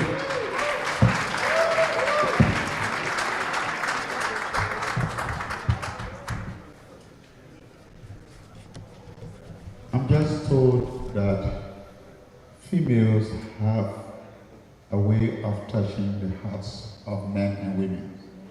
I think a lot of us, Mr. Vice President, and members of the high table realized and felt connected to the President's statement. So we will go ahead by asking for special remarks from the leaders of our community, the remarks from individuals who are guiding, protecting the affairs of state for where we live. And I will start with the Honorable Regina Young. She is PA State Representative for Philadelphia. If you don't know what part of the world you are in Philadelphia, the birthplace of democracy. Thank you so much. I'm also going to call my other state colleagues up, Senator Cherie Street and State Senator Anthony Williams. We're so excited to be here today. So we come together because unfortunately we do have other events, but we wanted to make sure that we're say thank you, Mr. Vice President, for coming and gracing us with your presence because it matters. When we're saying that we're representing people, we need to show up for the people, so it matters that you're here. I want to say thank you to the king of this house, Pastor Segme, who is an amazing collaborator in this work. He is such a great leader in this community. He cares about people. So thank you for opening up the doors as often as you do. And then Sayandi, amazing woman, amazing leader. Thank you for your collaboration and making sure that you know that we are here for you, and thank you for making sure that we know you're here for us. Listen, everybody, we're here today because we want to, it's a difficult time in democracy, but guess what? You being present is half the battle. And so let's make sure that we are asking questions and solution driven, because that's the only way that progress is going to happen. And so I'm State Representative Regina Young, and I want to say thank you again because your presence matter and collaboration matter. And I definitely want to give this a shout out to Stan Schroeder, who has been a huge advocate to making sure that the immigrant issues in Philadelphia areas are seen and heard and felt by all. So thank you for making sure that you're always at the table. So on behalf of Philadelphia and Delaware counties, thank you and welcome. Senator Williams. Senator Cherie Street. How you all doing today? Your Excellency, thank you for joining us. We welcome you again to the Commonwealth of Pennsylvania. I also want to bring greetings on behalf of the Mayor's Commission of African and Caribbean Immigrant Affairs. I know Councilwoman Blackwell was supposed to be here representing that august body. My father, some 24 years ago, had the foresight to create. Thank you for being here. To all of the folks in the community, thank you for coming out. Democracy only works if we are engaged and involved, and it is important that we are concerned about what happens both here and for our brothers and sisters throughout the diaspora. We welcome everyone from the Liberian community here in Philadelphia and throughout the Commonwealth of Pennsylvania, and we thank you for joining us. We thank you for being concerned about what happens to our neighbors and citizens here and what happens for our brothers and sisters abroad as well. We stand with you in your concern, your love. We thank you for what you're doing here, for all that you've contributed economically and culturally to our community. And we are so glad that we're able to gather in this way and share and learn from one another. So it is with no further ado that I am pleased and proud to introduce a man who some would call the godfather of independent black politics in Philadelphia. We stand in his district, my colleague, the Honorable Senator Anthony Hardy Williams.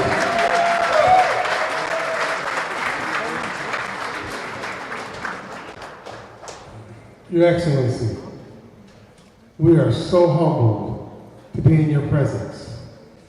For those who don't remind ourselves of our history, we are born of the same blood. We were taken in chains to a country in bondage. And now we return flying first class on a plane in America. There's nothing, and I don't want to talk about the current situation in America with regard to who's president. I could care less. Be very clear. If slavery, beatings, raping, stealing, pillaging couldn't stop us, ain't no orange-faced person can stop us. If they decide, if we decide, that your visit tonight will establish new trade relationships. And I got, by the way, this is an 8 senatorial district as well. So we want every penny of opportunity here. But we will establish our own relationships. We don't need the federal government. We don't need the President of the United States. We don't need nobody. My cousins are in this room. My family's in this room. We just need to be committed to making sure that what greatness and excellence looks like. And it is formed in brown pigment and dialect that we all speak of the human spirit. We are superior in nature to survival, we are excellent in our execution, and we are visionary in our results. This is our moment, and so you being here at this particular moment in America only accelerates what we're going to do with regard to greatness. And so I'm humbled to be here. I'm grateful to be here. I'm so appreciative that so many of you all have supported me over the years. Sadiq, I appreciate you being this. By the way, I want to say this. I know it's not a political event, but we got to get out and vote for some other folks. All right? Now, some folks come from this side of the ocean. Some folks have migrated here. And there's an argument about what immigrants look like. Be very clear. People who fought their way to be here, been educated in spite of, served the country, and have distinguished themselves. And that young man right there, give him a round.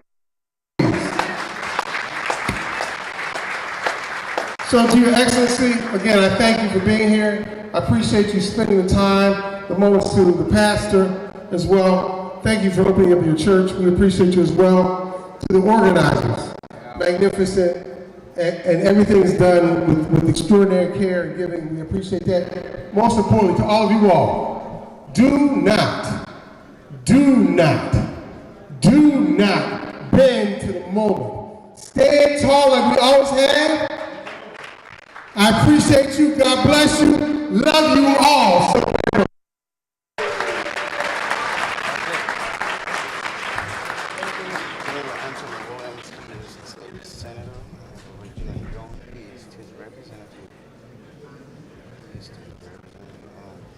Give your microphone to a level-headed political and human person. We also, as we go down the list, want to appreciate the President, the acting ambassador of the Republic of Liberia, accredited near Washington, D.C., His Excellency Isaac Red. Isaac here? Okay. I saw Isaac Red here too. So I just want you to recognize Isaac here as we move on. So we call on Representative Carol Kazan.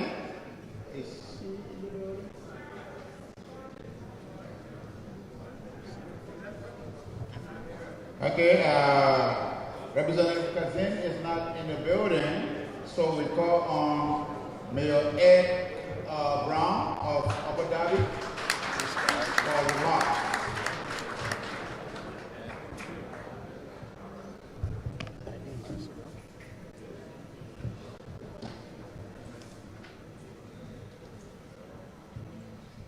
Greetings, everyone. Your Excellency, Vice President Koung, I bring you greetings from Upper Darby Township, the 6th largest municipality in Pennsylvania, and home to a very large and proud Liberian population. My name is Ed Brown, and I am the proud mayor of Upper Darby and the first black person to serve in that capacity in its 237-year history. I'm certain that His Excellency can appreciate the history and significance of that.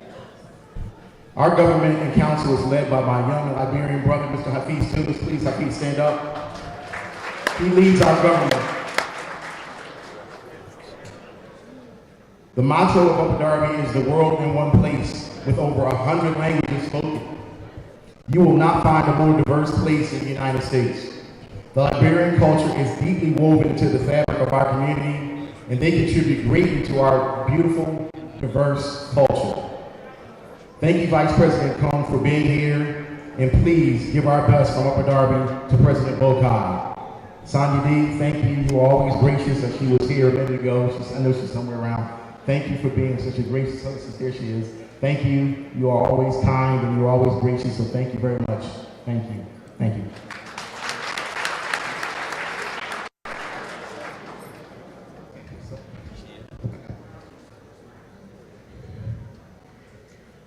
We now ask for a representative of the Philadelphia Mayor's Commission on African and Caribbean Immigrant Affairs. I think I saw Dr. I see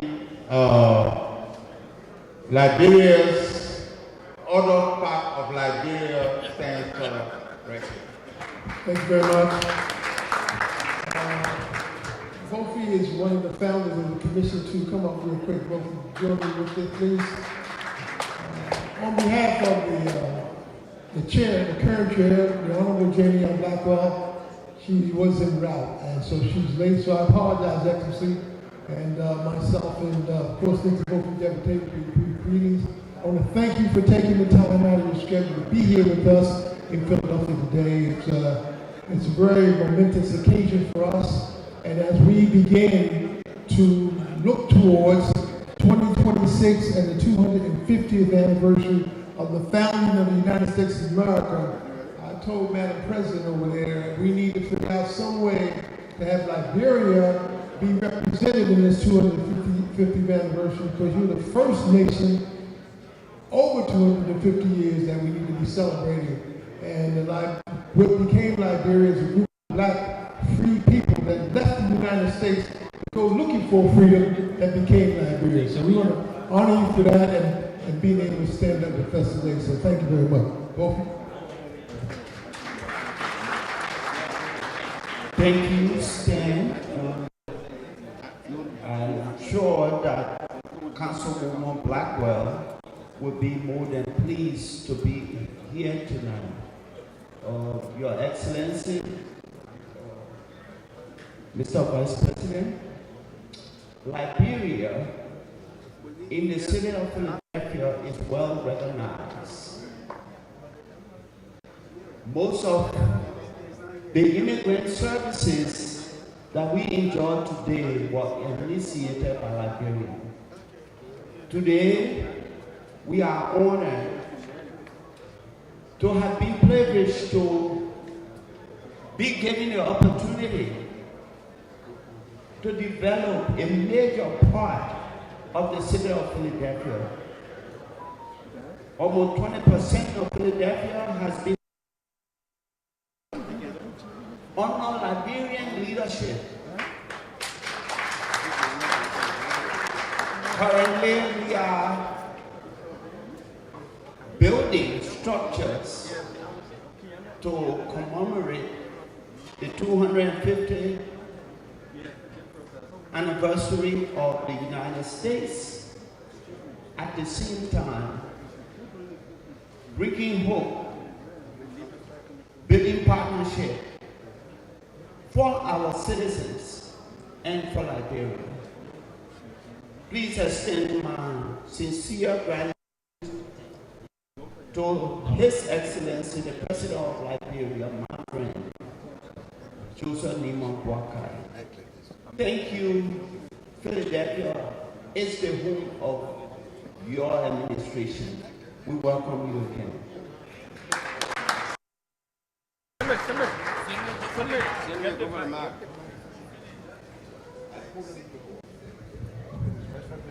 Okay. Again, as we continue the program, please, we have enough seats here. We have enough seats here. Somebody said His Excellency is having issue with, and the platform is having issue with the podium, so we're bringing it in front. Please, if you need to sit. If I start talking, the securities will start acting. Please have a time to sit.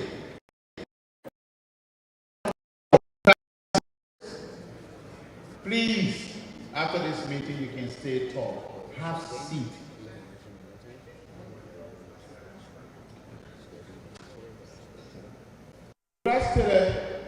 One of Liberia's president. The young people want. So there is a special statement that will be made by the Council of the Liberian Association of Pennsylvania, and the young people are here.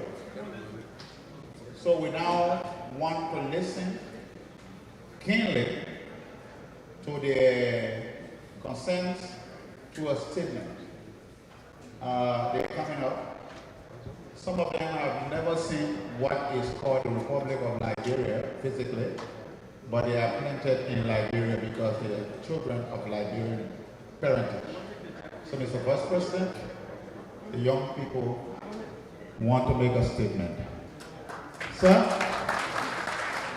Can you see how American young women look? They're not looking at the quote from camera. Okay, sir. Good evening, everybody. My name is Alfonso Samukai, and I'm the youth chair for the Liberian Association of Pennsylvania. Before I start, I would like to observe the Vice President. Thank you for being here today. We would like to.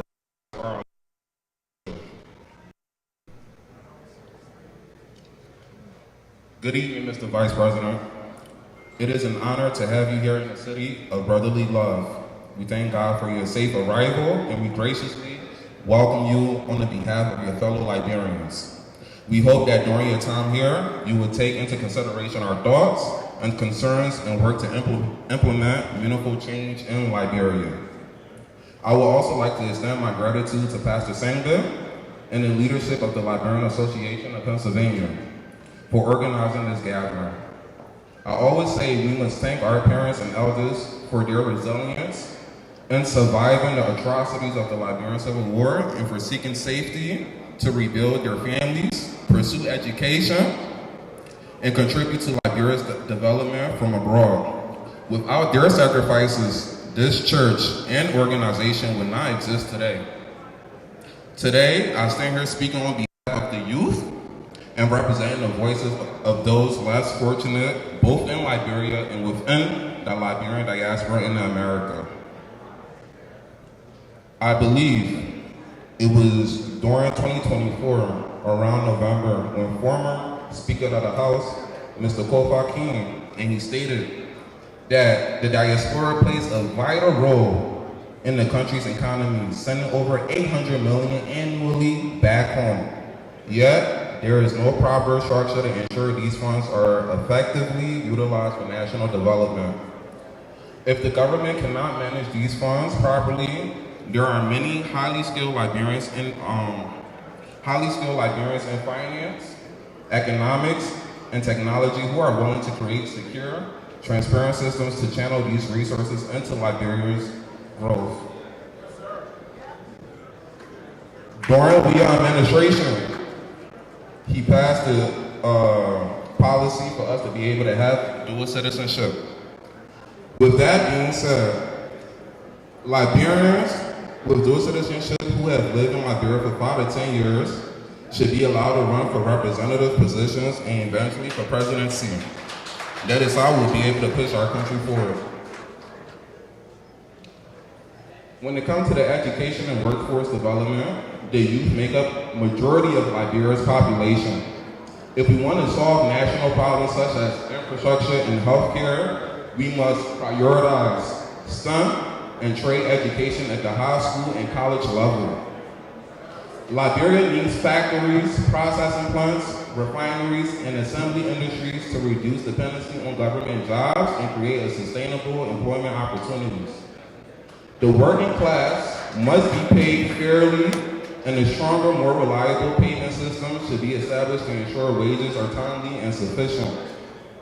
To speak on the healthcare system reform, the healthcare system, particularly for our elders and women, must be strengthened. There's a when the elder dies, a whole library burns down. Our elders, our grandfathers, our grandmothers are the custodians of our culture. No matter which ethnic group we're coming from, they play a pivotal role within our society, and they deserve better healthcare services. Within this America, we have many Liberian nurses in the U.S. who are willing to serve their country and train new healthcare professionals. We need to foster partnerships and establish training programs to improve healthcare delivery. To touch on the infrastructure and security, Liberia's development should not be concentrated in Monrovia alone. The government must build homes, communities, and commercial centers across the country to generate jobs and economic growth. A smarter, stricter, and more efficient police force is necessary to ensure national security. Liberia has historically been known for agriculture. That's why they call us the Grain Coast and the Pepper Coast, before the name Liberia. Yet, we are no longer self-sufficient. We have not completed our industrial phase and are far behind the technological era. We need to develop sustainable farming and agriculture businesses to achieve economic independence.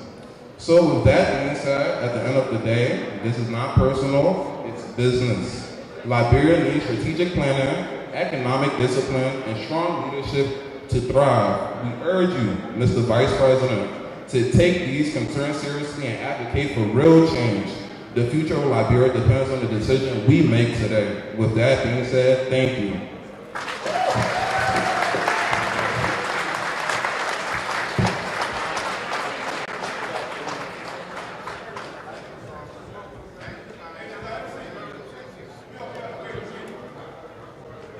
We will please continue the conversation.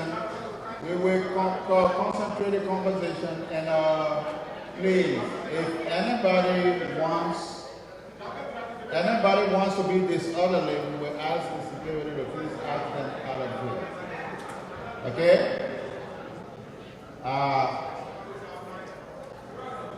We will now call upon the President of the Union of Liberian Association of the Americas, ULAA, the Honorable Mohammed LSB Keita, for petition by Liberians in the diaspora.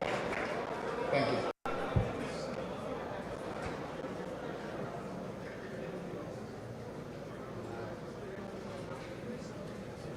Thank you so much, Your Excellency, Jeremiah K. Koung, Vice President, Republic of Liberia, West Africa, our state representative here tonight, government officials, Liberians here, our elders, women empowerment, Madam President of LAP, member of the Board of Directors of ULAA, fellow Liberians. I have been called by my people to give a petition.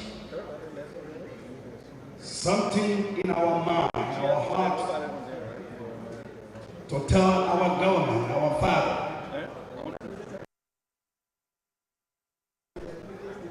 first, we want to start with the immigration.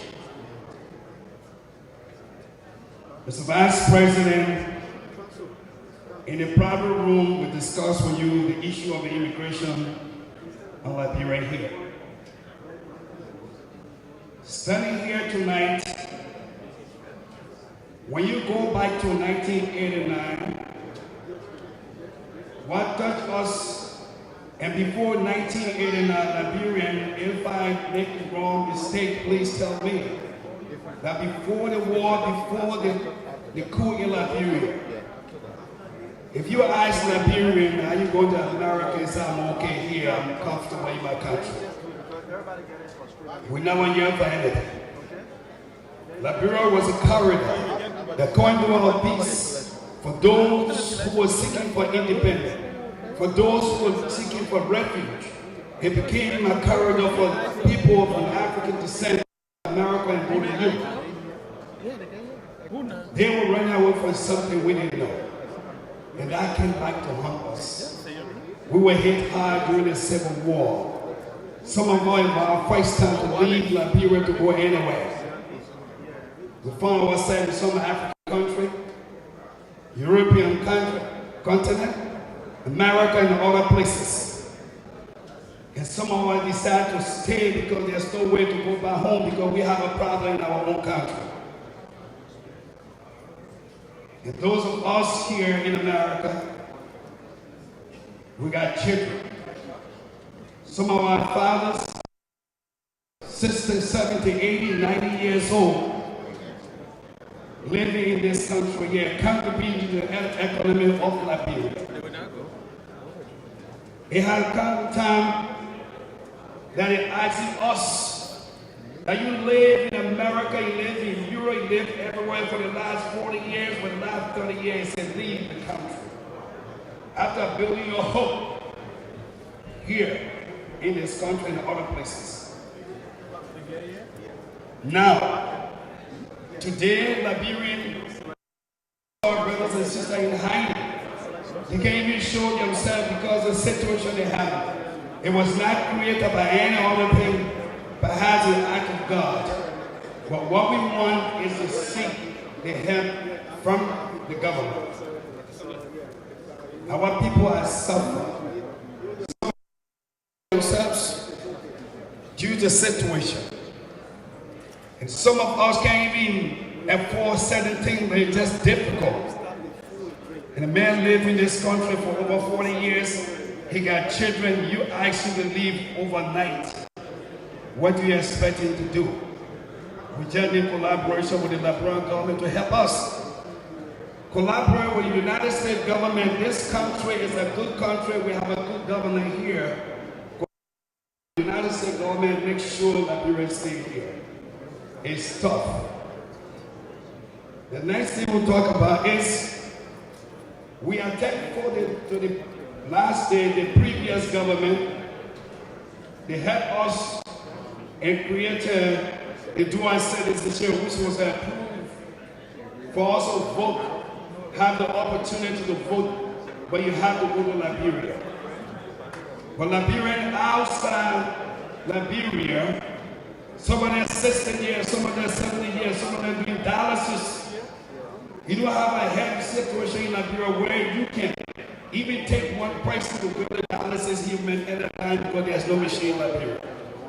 All we need is Liberian government, please allow Liberian to vote outside Liberia. Because most of us, when I met my uncle the other day, he told me, he said, Keita, I can't go home.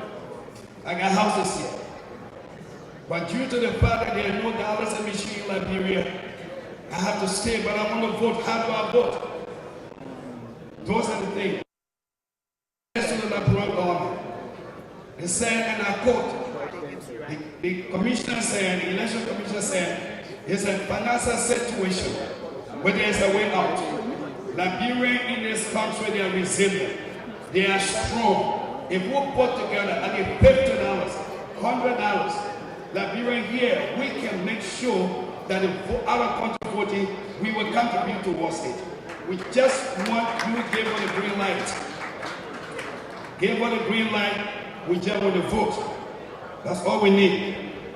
Now here, there's something in Liberia, they say push, I push you.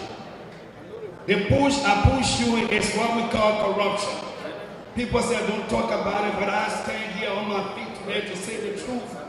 We're not accusing the government, we're not saying anything, but what we are saying here, corruption do exist. We're not saying the government got the corruption, but this corruption is from one government to another government, from one government to another government. And we are sure this government will vote in to make sure to get rid of this corruption. It's too much. It's too much. And I tell you what, if that corruption can't stop, we're not going back to 1989. We're not going back to 1990. Mr. Vice President, we appeal to the President of Liberia to please help us to stop this. A friend of mine told me once, he said, Kate, I'm going to Liberia. I said, why? He said, I was called by the new government. It's time for me to be rich. And I said, whoa. It's time for me to be rich. Money that we suffer for, money that you and our forefathers suffer for, one person take it and move with it. And I swear to God, you're not going to benefit you. It's too much. We appeal to you. When I say you're doing it, you inherited corruption. Please, we voted for this administration. We believe they can do better. And I said this again. Standing here, I will be brief. Whatever we say to the government of Liberia, it is in the interest of the government. It is in the interest of Liberian people. Whatever we say is something positive for you. Because if you don't have criticism, you're not going to do the right thing. For every Liberian sitting here, tell me if I'm wrong. When you saw and heard that our historical building was burned down, what thought came to you? 1989, all thought came to you. That's the reality. Out of order. People who did this, bring them to justice. That's all we want. We want the truth.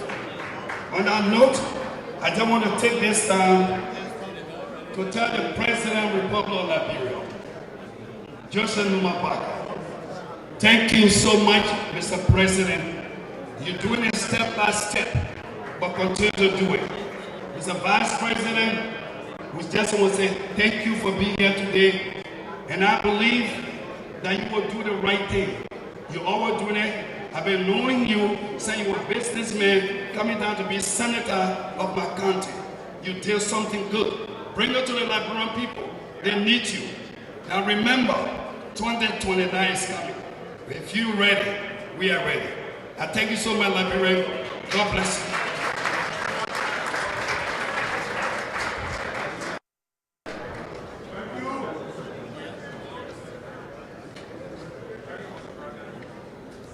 Okay, thank you very much, Mr. President. And so I will just call on.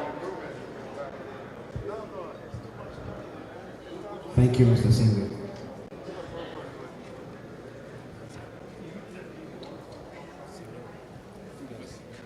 Your Excellency, Mr. Isaac, Deputy Head of Mission, Republic of Liberia near Washington, D.C., President Keita, illustrious members of ULAA, members of the press, Honorable Lai, Commissioner General, Liberia Maritime Authority, Minister Samuel A. Stiquia, and illustrious members of the Vice President delegation to Philadelphia, great citizens of Liberia residing in Pennsylvania, Philadelphia, special invitees, members of the press, distinguished ladies and gentlemen. On this occasion, marking the first official visit of Liberia's second citizen and Liberia's 31st Vice President, the Honorable Jeremiah Koung, I'm honored to invite the Vice President of Liberia for a special statement.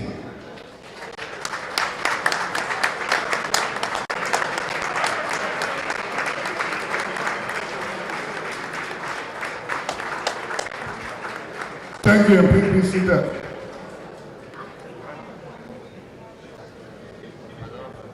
You know, normally when the officer address everybody, then there's no need to go on. So I will stay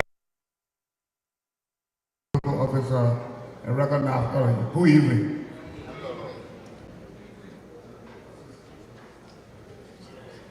I will start by thank you. Thank you. Thank you. Thank you. Leave it, let me explain this democracy. Thank you. Thank you. Thank you, sir. Thank you. Thank you. Thank you. Thank you, sir.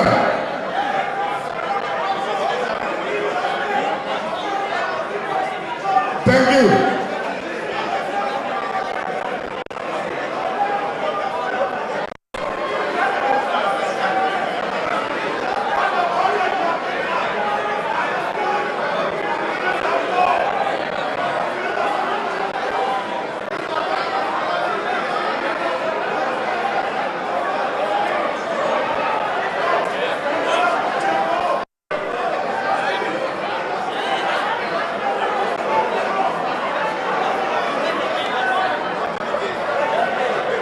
Thank you, thank you. Thank you. So you like blow and say, yeah.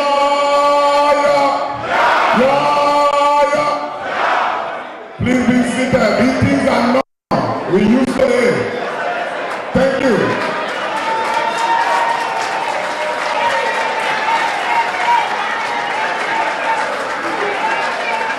These are all political tactics. You understand it very well. Thank you. Thank you.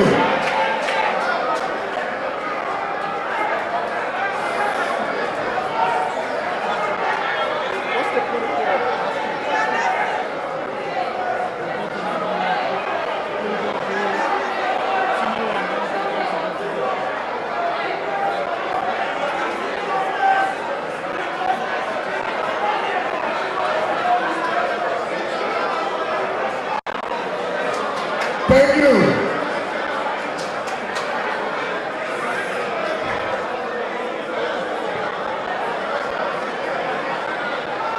Thank you, thank you.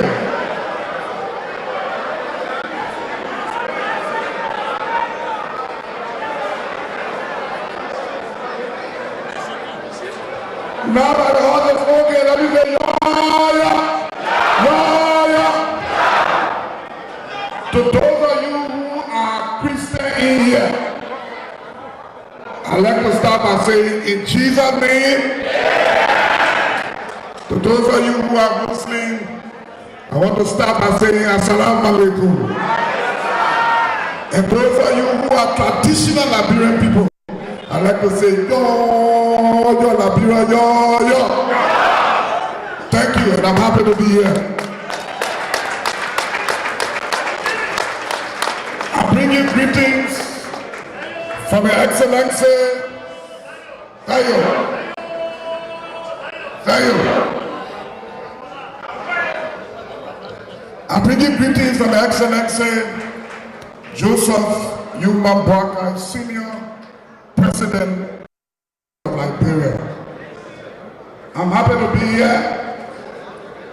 Before I got here yesterday, I got an intel from our intelligence that there will be people here with placard.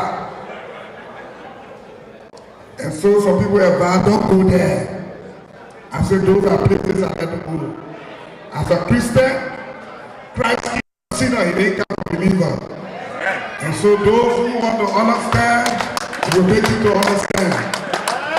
Those who don't want to understand, please give us a chance that make you to understand. Some of the information you got are misinformation, and if you listen, we can correct them for you. And if we are not doing something good, we are equally willing to listen. No one is an island. We are all in a learning curve. And so there are things you know that we don't know. There are things we know that you know. And coming together, we can fix our country. And so I'd like to say thank you.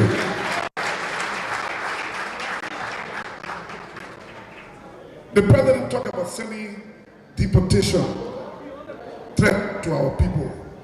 And Mr. President, we say in a small room, I want you to detail them. Please present them to me. We'll talk to the Minister of Foreign Affairs. We'll elevate at the level of the President's office, and then we can have some of the discussion to see what we can do about it. The President even talked about the Liberian Association President. He talks about corruption. It's true. It's a problem in our country. And we almost felt it. And that's why I want to say thanks to all the media. The spoon is the closing argument is all of you. You are doing extremely well for the country. Lift the issues. And some of the issues that you lift, fire some people because of that. Continue lifting them. We are not everywhere. The president is not everywhere. So when some things happen and you are a journalist, you are a Liberian, whether you are a civil society actor, when you lift those issues and they are evident, I can assure you President Banga will take action and fire those people. That's the way we can fight corruption in our country. And when the issue come up and the government does nothing about it, then you can hold the government. So and work with you. Mr. President, you and your leadership, partner with you, and any way we can play our part. For the 6 year we got, we'll do ours. If the mandate will be renewed, it's left with you. If it's not renewed, it's fine. The people who worry about government job are people who cannot survive outside government. I'm a survivor outside government. I'm an employer. I'm not an employee. And so, the way we work, I was one of those during the campaign that said, if this government don't deliver, vote us out. We'll do our best to deliver. And be assured, we are putting things together, and at the end, you will see the country picking up.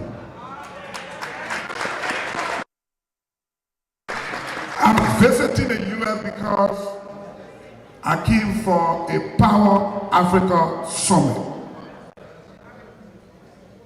The president appointed me as the chair of a half-level steering committee for electricity in Liberia. One of our major problems for which our country is difficult is electricity. Electricity is life. The young people stood here and talk about agriculture. Agriculture can never work when there is no electricity. I'll give you a practical example. Our mothers who go and make their lay in Liberia, we say potato green farm. Make their lay potato green, flour, salt, pepper. When they harvest them and take them to the market, sometimes from morning to evening, when the sun beat it, they buy half of it. The other half, when it starts to crumble, the next morning the woman comes to the market want a fresh potato green. So the woman throw that one away. Then she get discouraged. But the thing I took up 2-3 months to plan, how can half of it, the other one got to throw it away? Then she has to leave. If we provide the means for electricity for our people, some of you here can leave from here. And your work would be, go and build a storage center, cold storage, where electricity is affordable. You got your late pickup from here. Your work is just to pass from farm to farm and buy that woman potato green. Stack it in your storage. The other woman from Kubacha, you come to your storage to buy. That's employment. So whether it's agriculture, it's health. Some of you here go to hospitals here. You donate MRI, CT scan. Some of the things you donate are all behind the house in Liberia because there's no electricity. And that's why the president believes that to fix Liberia, number one is electricity. Number two is road. The president asked me to chair the committee on roads. 185 pieces of equipment. I'm chairing our committee. And this is the vision. President Bouaga said to himself, prior to the war, the road from Harper to Monrovia or to Ganta weren't paved, but the people were coming. The road from Banga to Vanjama, it wasn't paved, but people were driving on those roads. What happened? After the war, people get stuck on the road 2-3 months, 2-3 weeks. Those days, those of you who are here, who were there in the 80s, 70s, there were public work hubs in every county. And those machines, those hubs were used, those machines were used to do farm to market road. When you see the road spoiling, you go there, you clear it. The president said, we're going to go back to it. And so the president proposed that the public work ministers should sit and they will put some things together. They agreed on 285 pieces of equipment. All counties will have 19 pieces of equipment in the county. All 15 counties. Bigger counties, Lebon County, Nima County, Grand Bassa County, Nofa County, Grand Chile will have 2 sets of machines because those county size are big. So you can work from the upper and the lower end. As I speak to you, that report is concluded. We received a quotation of $43 million for the $3.7 million for that equipment. Being somebody who comes from a business background, who understands most of these things, who work with it, who purchased them myself before. When the president asked me to chair that committee and give me a copy, I told the president $43.7 million was too much. The machine valued nothing more than $22 million. We've done that report. We've done that report. The president has the report today, and pretty soon we'll start and you'll see equipment in your counties. The president also said we should check on Bailey bridges. Bailey bridges are the iron bridge. Some of the iron bridges, I'm from Nima, they want Lamco put some places in Nima, it stayed there up to there. I'm talking about Lamco days. So we are trying to get Bailey bridges, to put Bailey bridges in all of the counties for feeder roads. Because when the woman grow up, Peter Boy and Pepper, she won't bring it in the market, so there's no way to bring it. But if you get feeder road, most of you here will start to go to your villages. Some of you here get thousands of acres of land, but the land is useless because you can't access it. No road. And even you go to work, no electricity to store your stuff. And so we are well on course. The president also said, in our country we got rocks, crush rock everywhere. Our foreign friends, whether from China and other places, they come to Liberia, they bring one machine, they break our own rock in front of us and give us one blade on the fire. The president asked that we procure crushers and put them in regions for the sea road work. If you set a crusher in Rewaji County, the people of Maryland, the people of Rewaji, and the people of Grand Crew, they can haul rock from there to do their own bridges when the bridges come while the building road. If you put one crusher in Bombing, the people of Bapuru, the people of Cape Man, they can come to Bapuru, and the people of Bapuru, they can haul from there. If you put a crusher in Rewasets, some part of Bassa can come there, some part of Sando will come there. If you put a crusher in Makidi, the other part of Bassa, the other part of Bon County will come there. If you put a crusher in Bon County, some part of Lofa will come down there and in Lima and other people, between Lima and Grand there. So we can crush our own rocks. It will be cheaper. We have a full plan. It's well up course, and as soon as it starts. And the president has also said, this work must be done by Liberians. Those of you who are in India, Those of you here who are engineers, who come from a particular county, assuming you're from Bond County, and we give you 1,000 feet of building pictures in different sizes, assuming 30, 40 pieces. Come home, help your people. Government can help you. You can get technicians. Some of the young children who, they may not have gone to school, but they can lay blood very well. They understand motor very well. Say you went to school, you can supervise them and make sure that we can do our own work and make our own place better.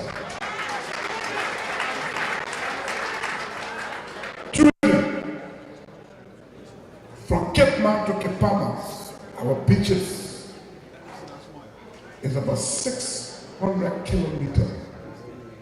You know the same about our beaches.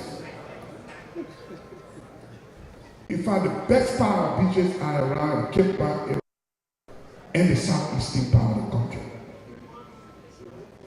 The president has introduced a law and gone through already to detach tourism from the Ministry of Culture and Information and make sure we can make it a commission where we can focus on tourism. Liberia is the destination. Ghana and other countries are taking advantage of what Liberia should be doing. So the Ghanaians come there, they tell Black Americans, Ghana is your place. But the real place is slavery return in Liberia. That's where the slavery return. And so most of our needs, when you call some of our needs, it relates to some family here. We need to come back home. Let them come to Liberia. Let them invest. Let make sure we improve our tourism sector and create jobs. The young men talk about 800 million to Liberia every year. And maybe there's a need for young people who are in the financial field to come and manage it. I didn't understand it.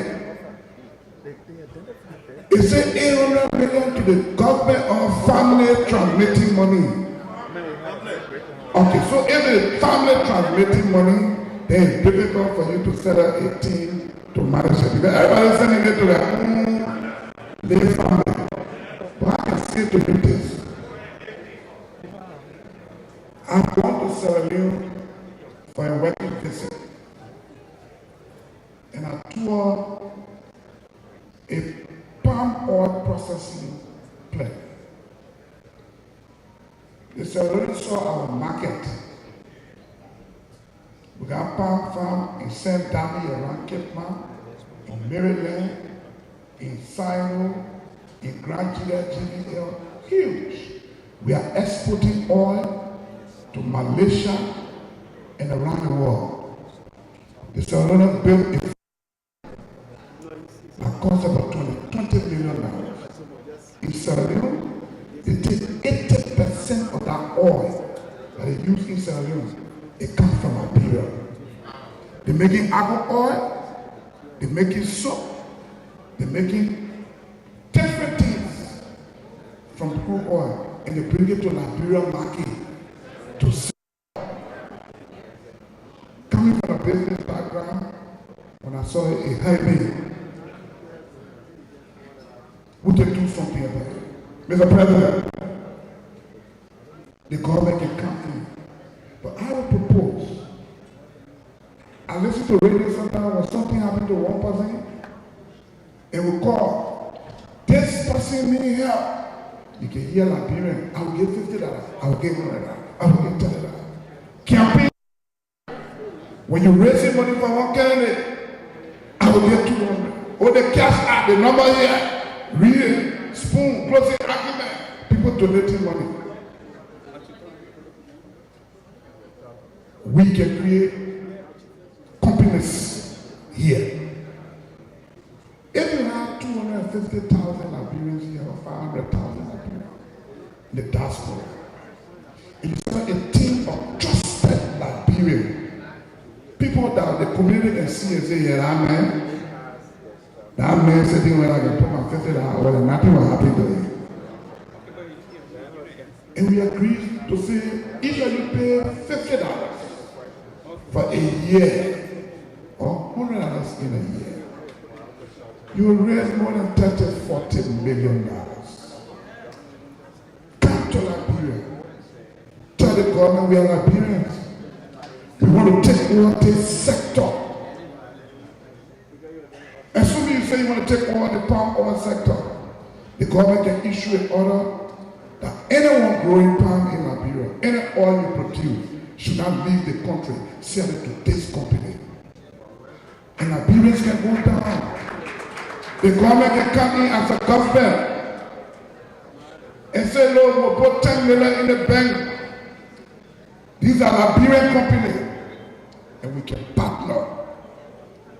Most of the people who are investors in Liberia, they come with 20,000 and say they investor. Most of you here can be big investors in the country. And that's why my advice must come to the president. We need to discourage people with government job. Everybody wants a government job. I'll tell you my story. And there are friends in the room who know. I never thought of working in government in my life. I wanted to be one of Liberia's finest entrepreneurs because it is in my blood. You take out the government code today, I can be a money changer. I want to be a money changer. I will stay with people. My first time to the States was in 2006. Some of you in the room, maybe I'm not coming. Yeah. When I came and saw the play, when they called hit me, I said, I can't make it yet. I went back. I used to come here every year. Every year. The last time of the year was 2020. That was the last time I came here.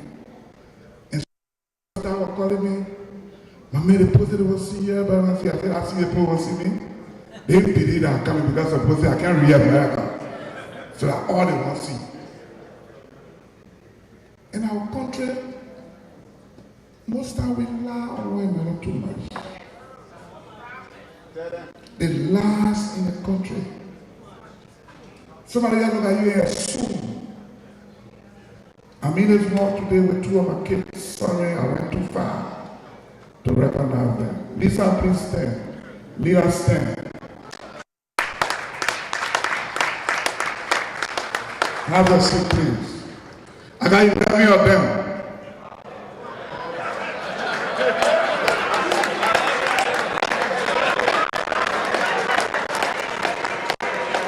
And I'm very proud of that.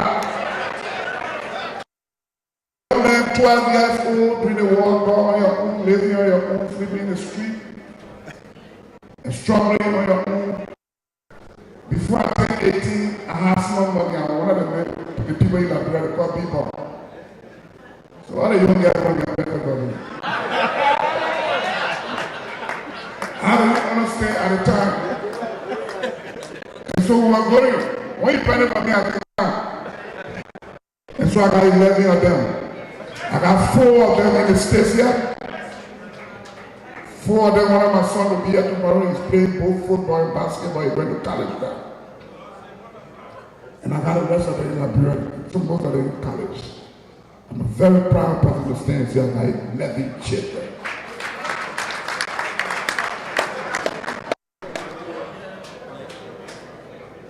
And so I've come to say tonight that the president means well.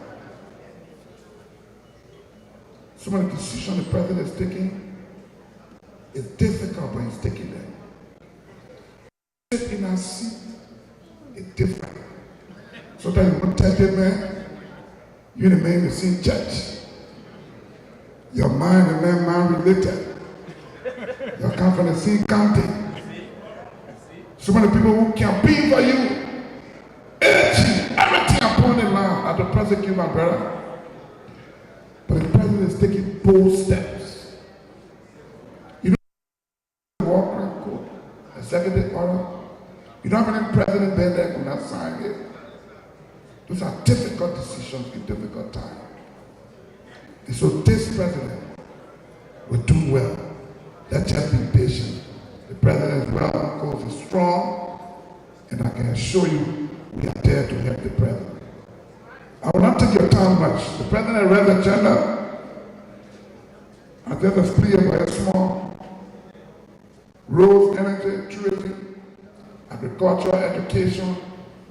Again, all of these things can only work when electricity is taken care of. As we speak, before I came here, I went to Turkey. I called the electricity sector in Lima on my farm to talk about how we can find immediate, medium, and long-term solution to power. One of the immediate one we found were the HF4, the heavy fuel generators. Blessed for all, during Madam Salim time, she built a Bushwa Island storage tank for heavy fuel. So the space there can take up to 100 megawatts. That can power a good portion of like Barovia. We have decided that when we January 2024, we had excuse that we just took oil. So they were giving 2 hours current into Boro, 3 hours to Oro. By 2025 January, we can't be crying that we can solve this problem. But the problem still exists. 2 hours into Boro, 3 hours on Oro. I'm in a space with the LEC, active managing director, the Rural Renewable Energy chairperson. I'm here with all of them. I went to Turkey, and we managed to get a quotation for a 60 megawatt hydro HF4 plant. I got a whole quotation on that. We're taking it to the president to talk about it. We got a solar farm, 2 solar farms coming up. We got a gas plant coming up. ArcelorMittal 100 megawatt power. They built a concentration plant that invested 1.7 billion. According to them, I want to tell you. I'm not telling a lie yet. They need power for that.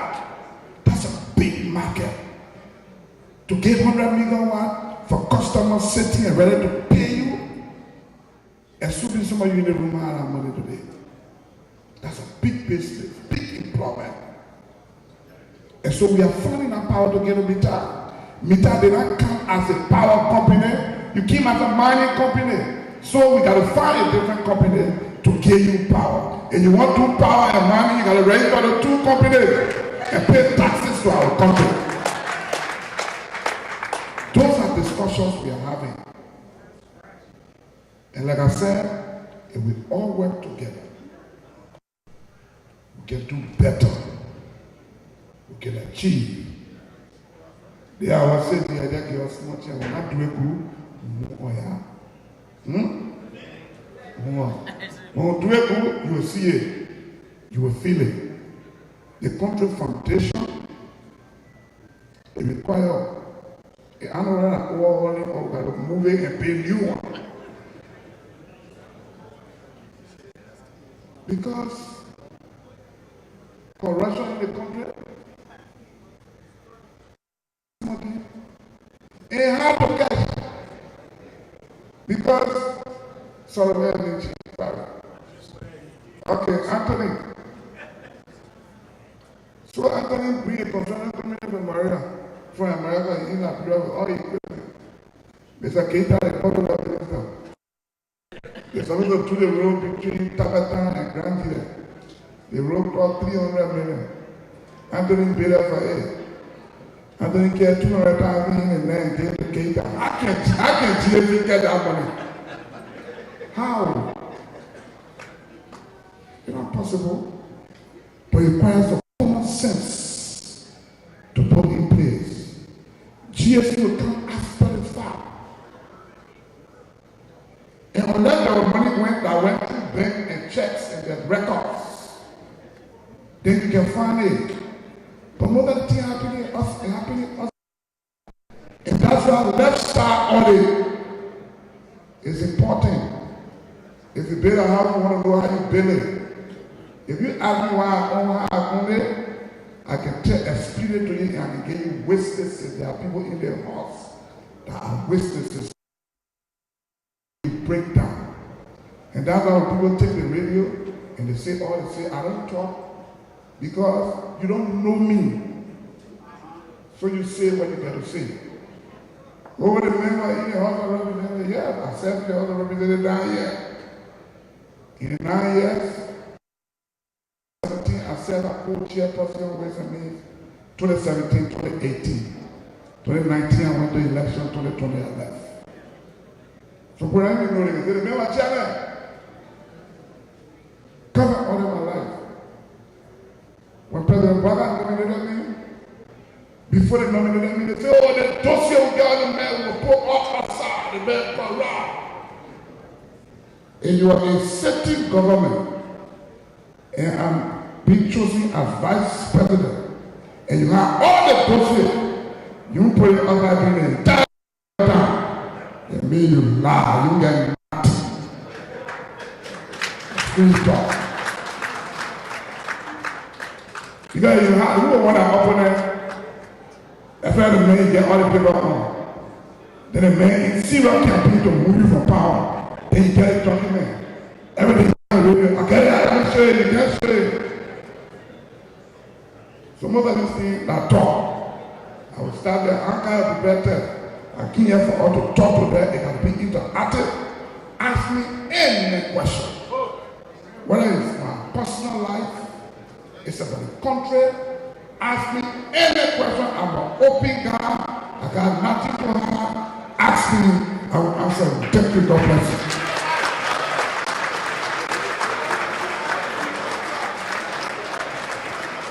Before I take my seat, I want to wish all the women in the heart International Women's Day. Thank you. God bless you.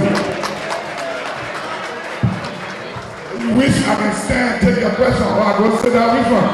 Thank you. Okay, so the questions by the procedure will ask Dr. Kamara and Dr. Timba to come up.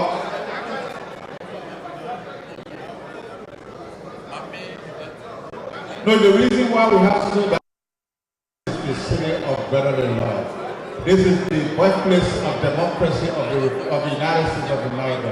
So your questions are here, and they will answer the question on selection from here. Okay? And this is where we will go from here.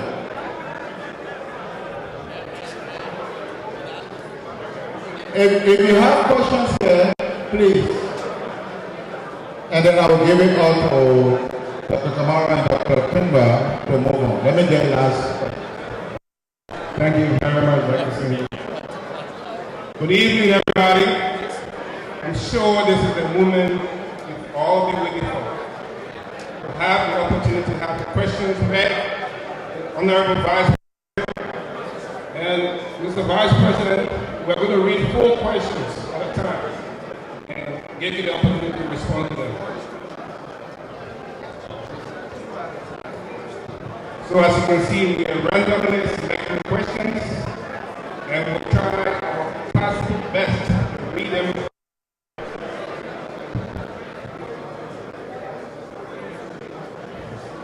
Question number 1, Mr. Vice President, how are you doing?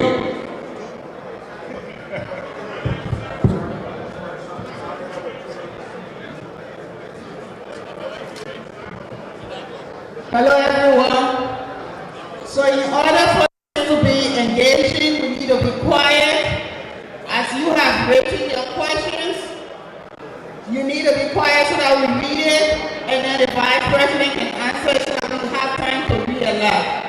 So the first question says, Mr. Vice President, we are requesting the government of Liberia to set up a body of commissioners to regulate the media in Liberia.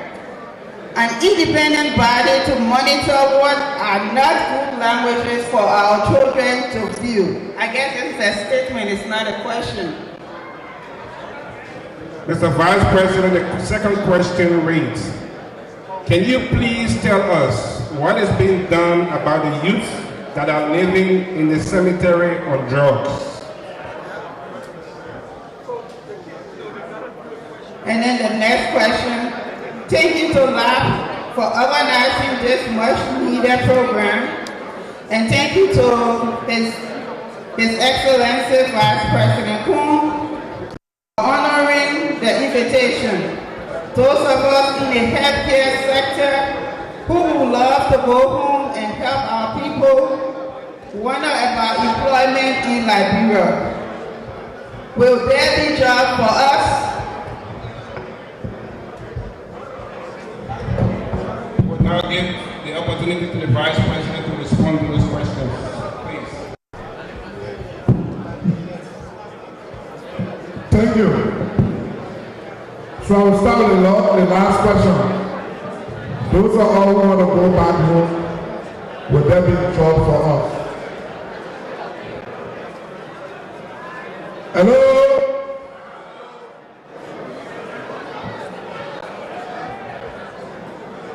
Like I said, the government is doing everything to create jobs for our people. I've made the president instructed the Minister of Labor that job that Liberians can do. Please don't issue work permit for those jobs. As we speak, the CSA boss has set up a testing center at the ministerial committee. The intent of that testing center is to give Liberians can walk in and take your test. And if you are an accountant, you get a database on you and it's stored in. Because some of the company comes in, they say we're looking for the kind of skill. We don't have a database where we got all of our people with a different skill, and you can tell the company, no, check their website, or these are areas you can check, and you can find these kind of people. So as we speak, the system has been set up at the ministerial complex, and people will be taking tests. As you take the test, it doesn't mean you have a job now, but if you take the test, they get your CV, they put you in the database. A company X come, and you're looking for an accountant or a supply chain manager. Some of the jobs are like with the labor minister will not give you work permit. All you need to do is to go to labor minister through CSA. They can tell you to check their website. These are numbers of Liberians. Some of them might be in the States, some of them might be in Europe, some of them in Australia, some of them other places, some of them on the ground. You can find them. Yes, to make sure this thing takes time. It's not a quick fix because these are systems we try to put into place. And so we are doing everything we can to make sure some of the jobs that you're supposed to be doing, foreign people are doing the job. Somebody bring company and you bring all your brothers from out to come be driver when drivers are wasting in Liberia. If there are technical skills that we can find Liberia to do, yes, we can allow other people to do it. And so we are doing that. You spoke about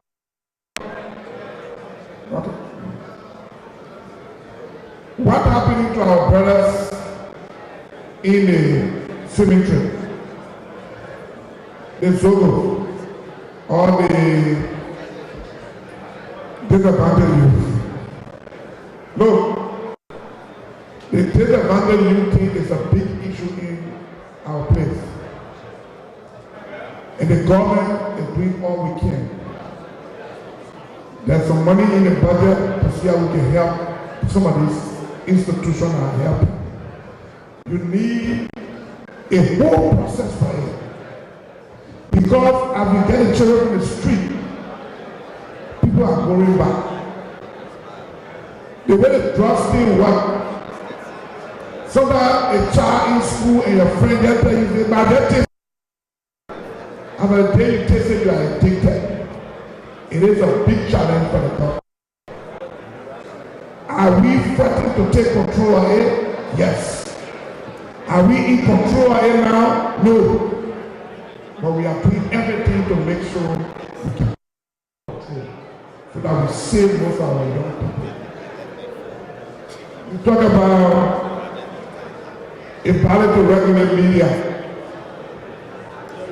It's something to look at. It's a bit difficult because the Adelaide Camara law say everybody is free to talk. But again, it's a law that was done by the legislature, so we'll take it under advancement, take it to the legislature, take it to the president. We talk about it to see whether we can do something about it. Because it's true. People get in the public space, and sometimes you even listening to radio, and your kids around you, you be embarrassed. And some of the poor, eminent people in society, they say something you want to cut the whole TV off. It's a difficult thing, but the digital world now, it makes it so crazy and hard to control.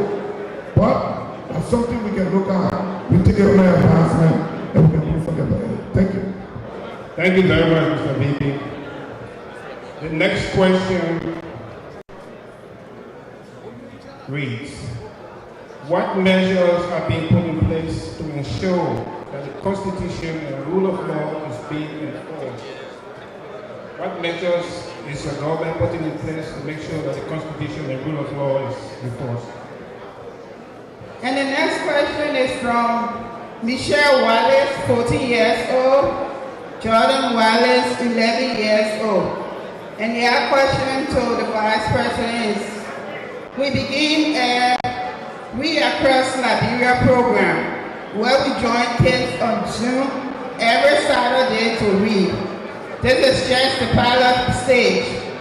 How can we advise or advance opportunities for reading to young children and their prospects for building free libraries, public libraries in Liberia? We started something small. How can it grow big? Mr. Vice President, I'm going to read the next one. This is just a request.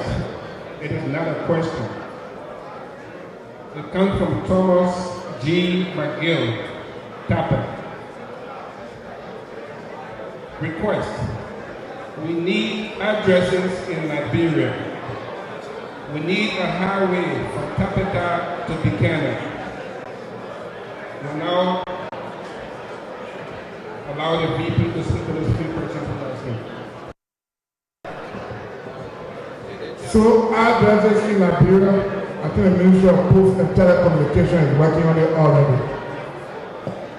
I think I'm told, I tend to be corrected, that they are working with a digital company to make sure they can set up address in Liberia. Because the way the country goes, you drive it with somebody that says, as soon as you read the address on the yellow or red on the left, why is the penny off green?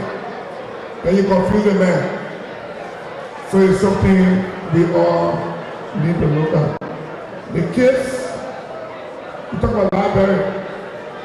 As we speak, I know there are a few libraries going on. Somebody doing a library, I think around the Ping Townhall, they're doing one there. There's a proposal for a few libraries across the country. Yes, it's in the president's vision dream when it comes to education. The kids talk about support for the kids. The 14 years of support to them and see how we can put them forward. Those are something we can take on their advantage. Please let me know them if we get a contact. Let's talk to them more so we can have some clearer understanding and share with people. Thank you, Mr. President. I'm appealing to those at the back. We have a very serious engagement here. We are appealing to you to please be quiet and listen. Thank you. The next question. I am a Liberian farmer and would like to know in your government if your government has put in place a long-term microfinance loan for farmers. If not, is there any plan for such to feed others? Thank you. The next question comes from Uriah's plaque. My concern has to do with the shipment of containers to Liberia. What is your government doing to reduce the high cost of shipment of goods to Liberia? And this one, Mr. VP, are you a PAC patient?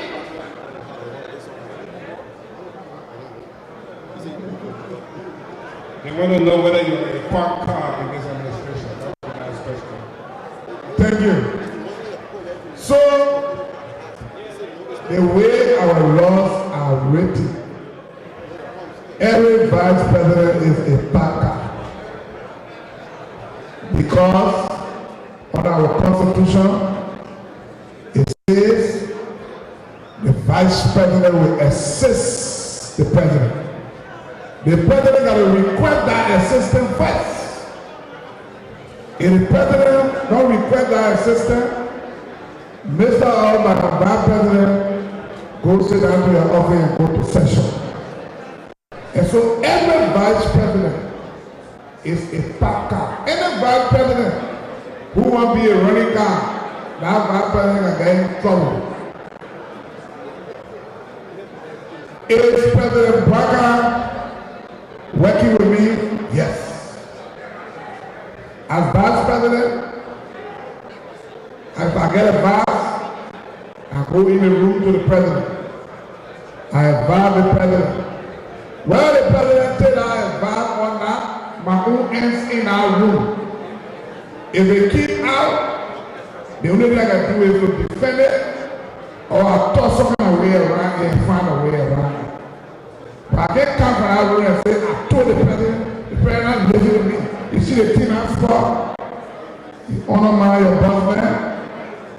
The power of the executive is inherited in one person. Now the president of Liberia. You vice president, whether you're popular, you're not popular, the power of the executive is in our person. And that person has that authority. The player sitting here, if President Parker says I'm a grounded man, I'm not going to let him, I get him outside, I leave him from here, and the work of the vice president. And so, every vice president that Parker, my chief said I'm going to be here, when you call me to go back, I will go back. When you vice president, before you travel, you got to go to the chief. I'm traveling. The chief said no, you sit down. For the work of a vice president. Every vice president I want to out of the AP, the histories are there. Y'all can't see me. Me without having to be the guy, no man, no. Shipment to Liberia. That's a serious problem. More than serious. And it's going on. The tariff within the region, the ECOWAS region, the tariff across the region. Some of the problems we face are some of the concessions we signed. Here you got APN terminal,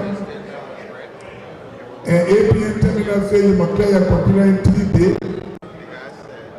When their own machine spoils, and you get clear your container, they say you must pay. Those deals were signed by the government. True. Some of these things, some of the way they signed it way back. Some of the devil are in the details. And there could be lawyers and other people who wrote the fine print. Some of them were when they say shot, shoot, and all those small things. When you read it in the first time, it looks good, but when you go to court, they start telling you where shot me, where shoot me, and all kind of things. There are discussions going on. Our concession we signed, we need to start looking at it. When we came to Liberia, the group in 2004 that signed that contract, they went every kilometer, the railway, ticket, the port, ticket, everything they gave them the tax. At the time we did wrong, 11 students. Liberia just come from war.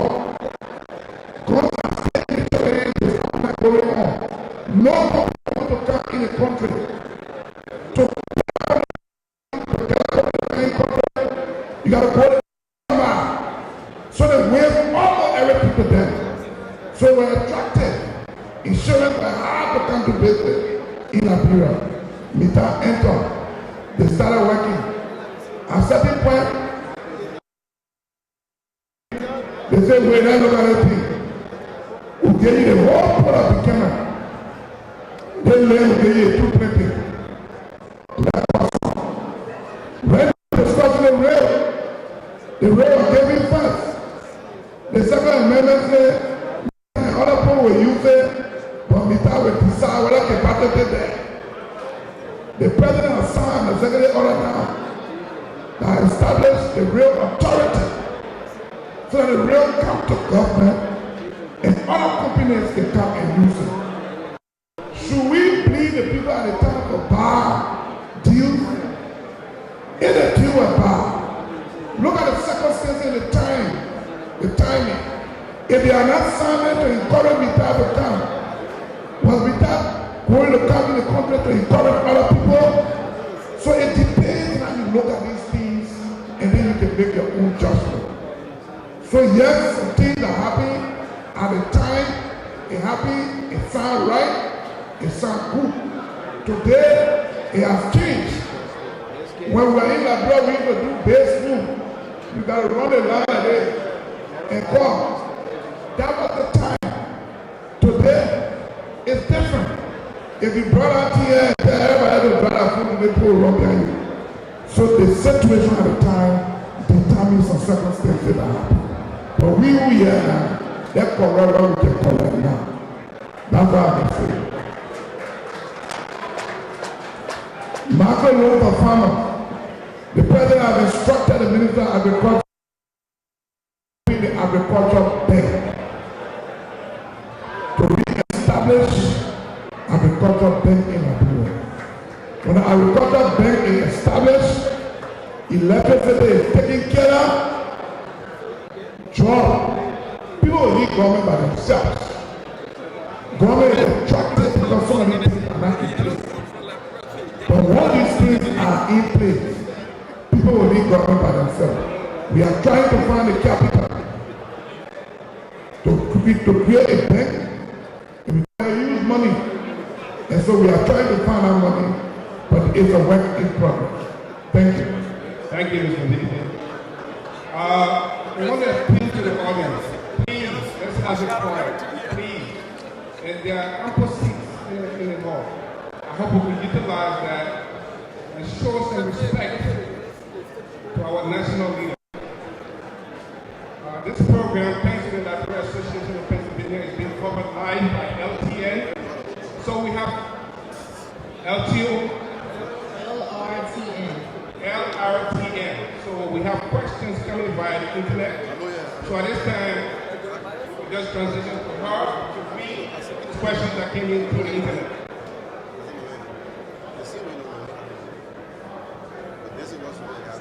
Mr. Vice President, the viewers at home wants to know, how will the government hold possibly corrupt senators and representatives accountable for becoming wealthy while people suffer?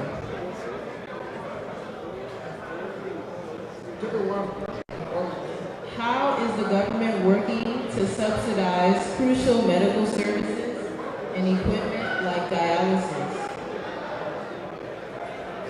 The third question is, during Liberia's presidency, he signed the blue carbon deal with the ULAA. This deal will displace millions of Liberians as that forest is deforested. How is the current administration interpreting that deal?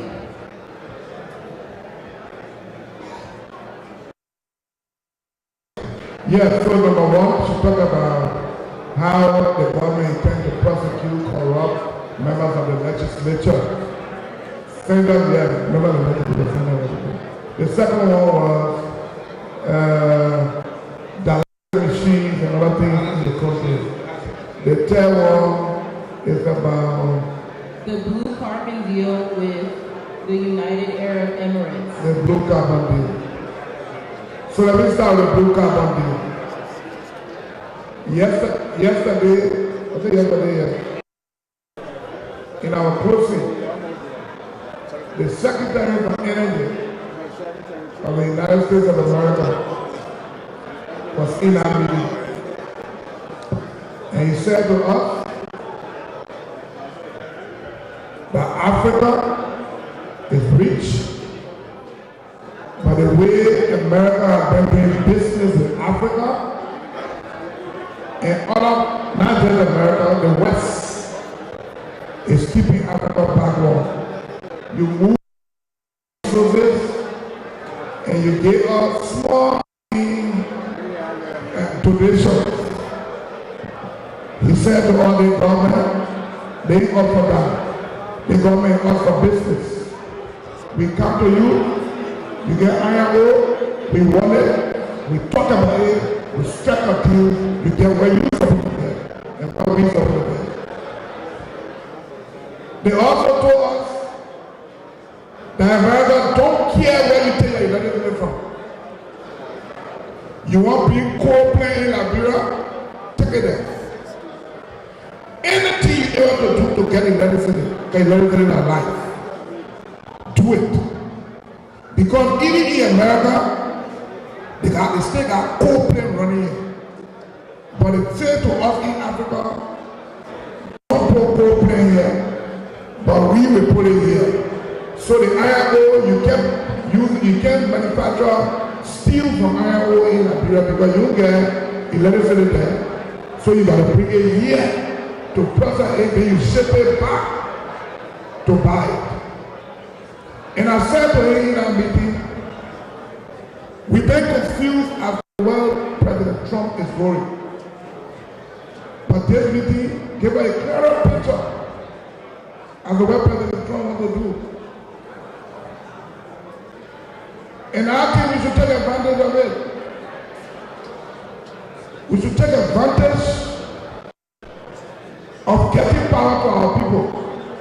From here, I will ask the president, I'm going to India. Somebody approached me before for a 350 megawatt coal plant. Let's open it. Let's get electricity. The man said, the poor are dying from because of no electricity. Because without electricity, the machine will not work. You give it to all, you will just sit there, they rock and the roaches will play in it.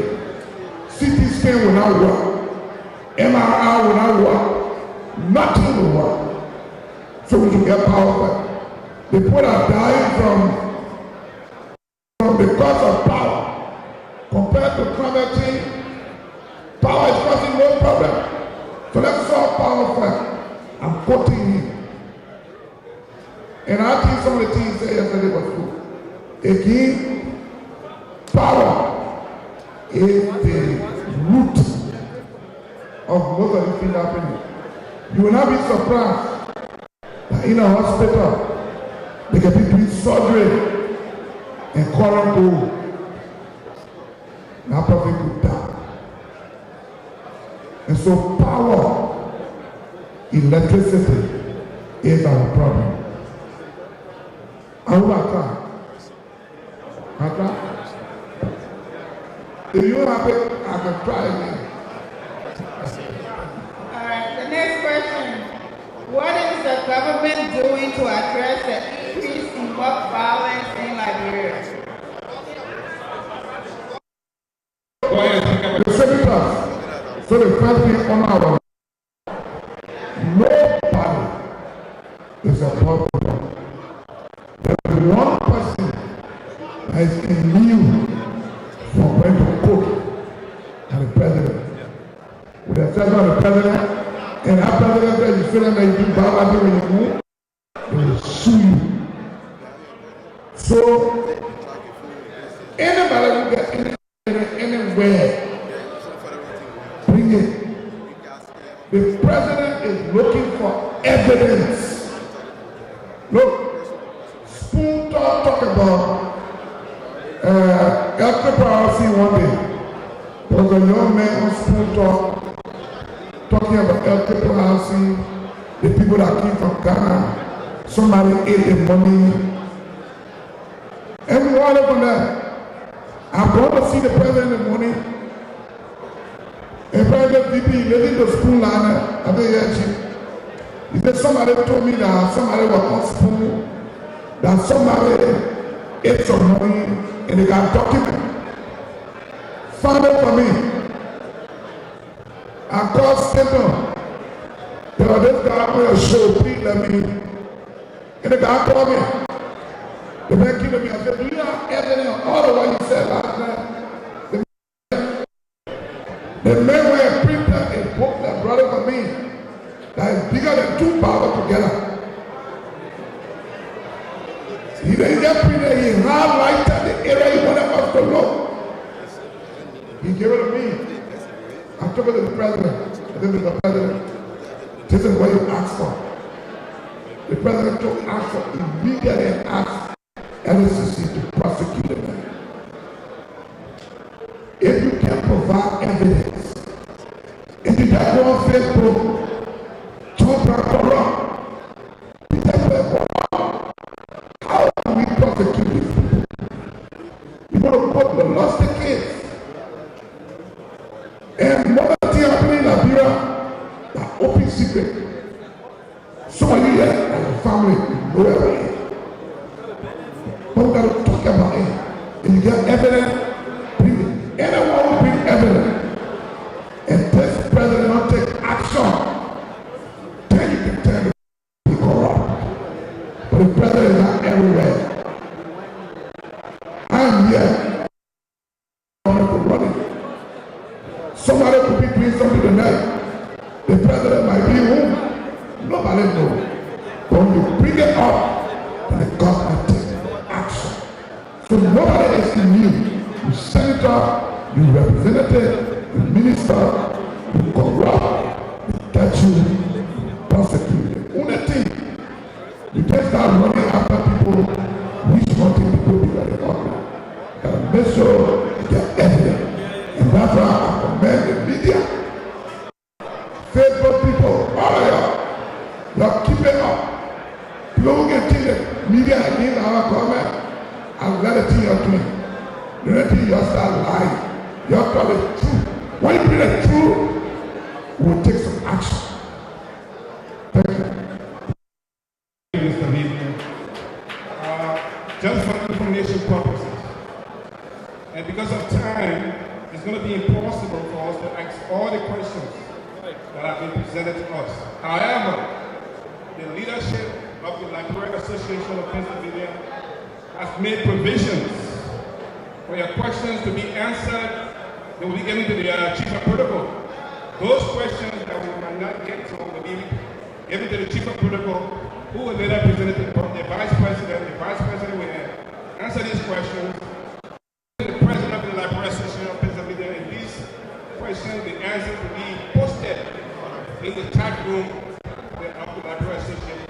But we'll try our best to ask as many questions as possible. In fact, we will start asking about 4 or 5 questions now at the same time. So hopefully, Mr. Vice President can just take as many as possible. Mr. Vice President, the next question. When your administration took office, the drug issue in Liberia went down. But now, the drug issue is becoming a serious problem for our citizens in Liberia. What is being done to stop the spread of drugs in our community? Now that Uncle Sam is not supporting our foreign country, any foreign country, what is the boycott Koung administration doing to stop wasteful spending so as to meet this agenda? Mr. Vice President, I go back to the question I read earlier. What is the government doing to address the increase in mob violence in Liberia?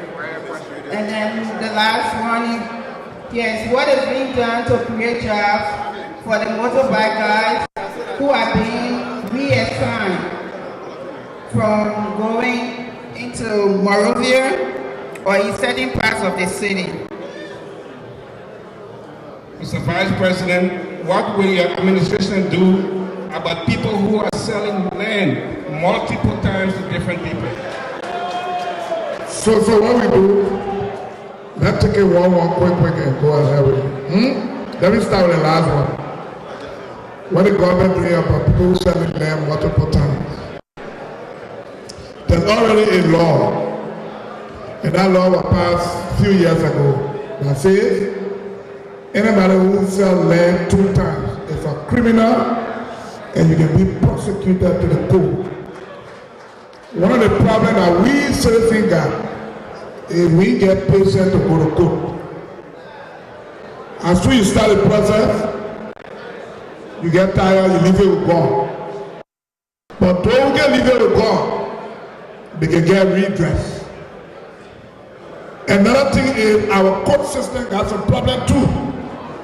Because one judge sitting over there and he's doing all kind of things and trying to compromise people's interest and things, it discourages people. And so there's a need to look at the judiciary law. The president is all looking at that. You know, the president has a team of legal people in the advance. When you take one action, you got to look at it and make sure when you send it to the legislature, makes sense. So some of the things, it's not just 2-3 hours, 1 week thing, it's something that takes time. You got to put this into it. But there is already a law that says nobody must sell land 2 times, and if you do that, you will be prosecuted. You talk about what the government doing about, what is the next one? Mob violence.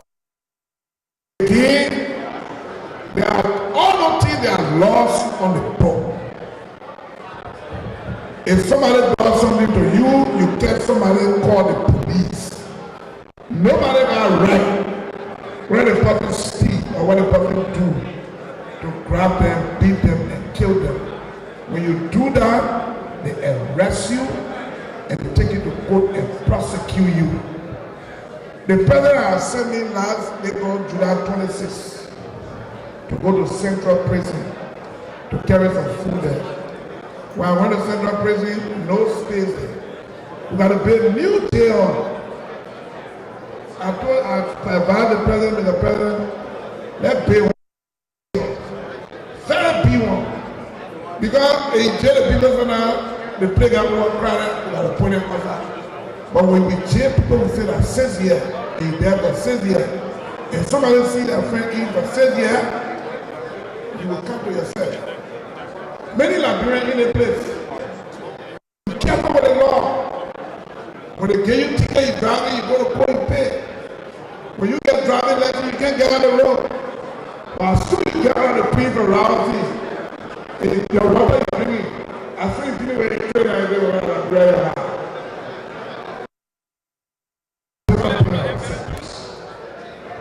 We got to know that our country is the only thing we got. And the law got to be enforced. Again, it's a decade problem. It can be done one day, but steps are taken to address some of these things.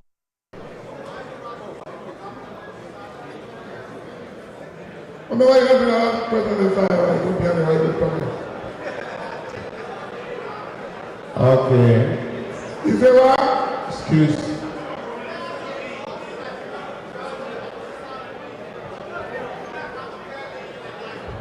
Oh no, there's a law. Nobody's going to tell me. Nobody's going to take it.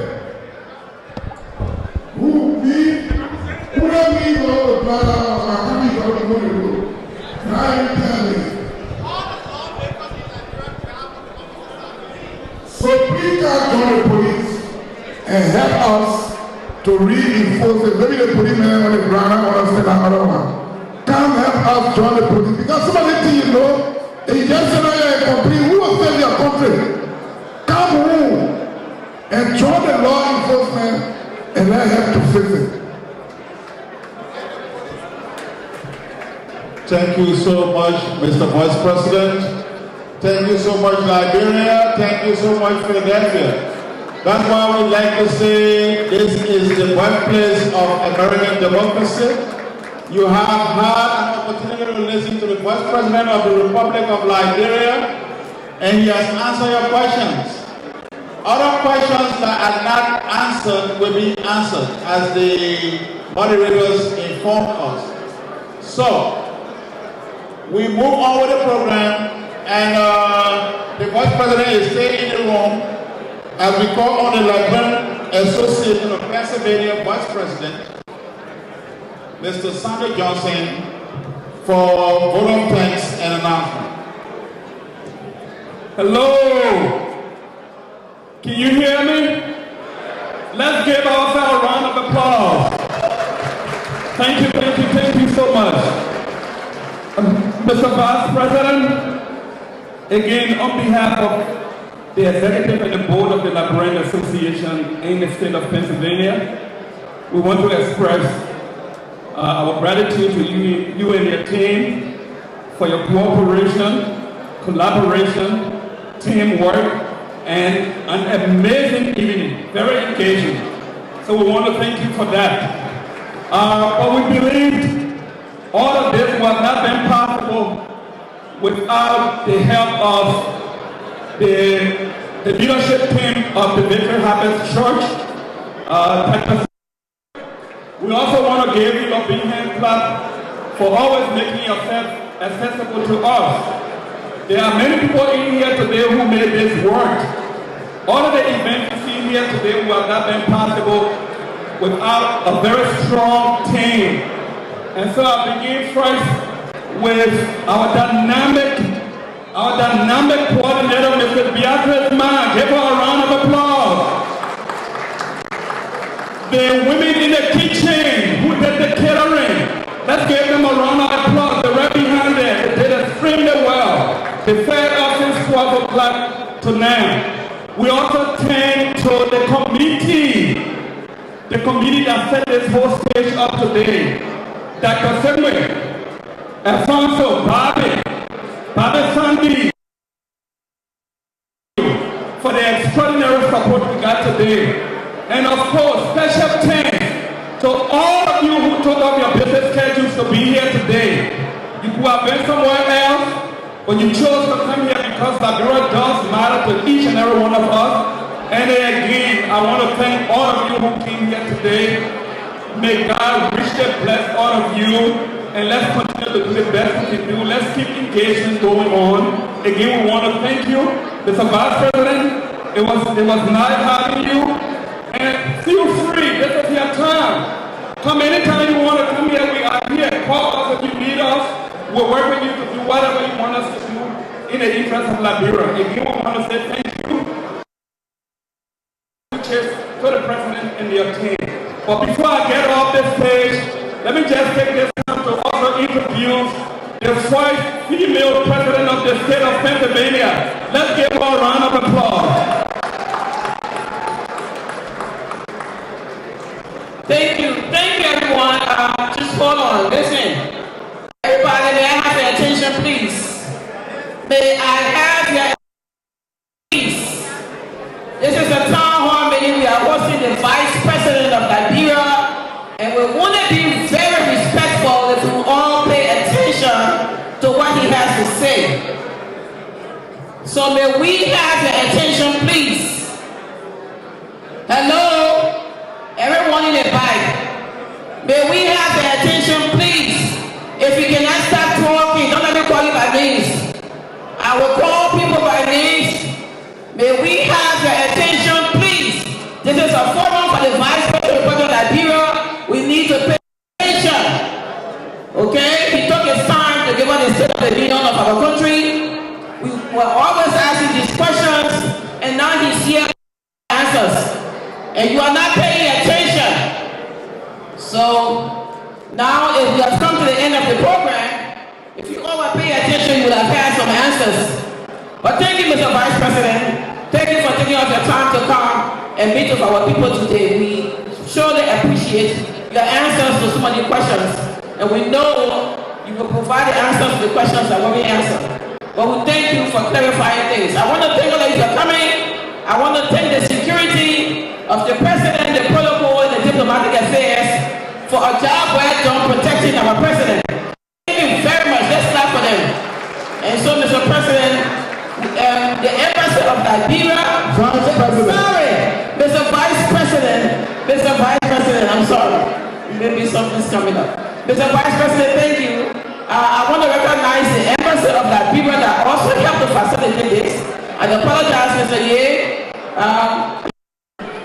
Thank you very much for making it possible and putting onto the protocols for bringing us here today.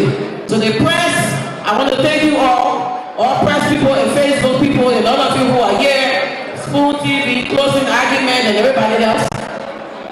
Focus on Liberia, all of you who came from far off from other states to come here today, we appreciate all of you. And so the program has come to an end. We're going to do some photo op with the Vice President and the team on stage.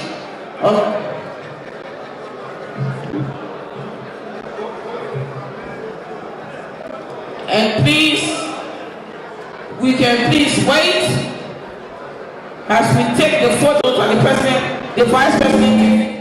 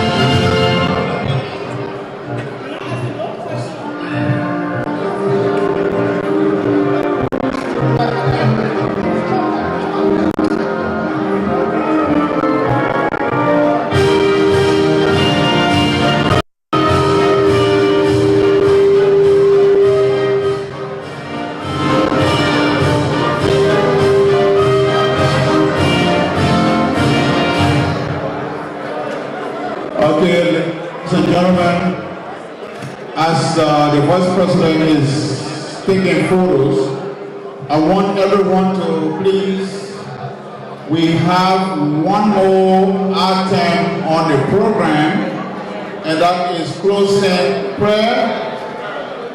That is closing prayer. That prayer will be done by the Reverend Nat Miller. He's the President of the Liberian Ministers Alliance. Okay, I would like to call Reverend Miller that will have the closing prayer before we leave this building. Thank you. Hello? Can we pray? Can we pray?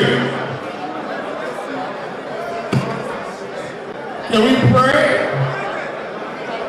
Honorable VP, can we pray? Awesome. Father, we thank you.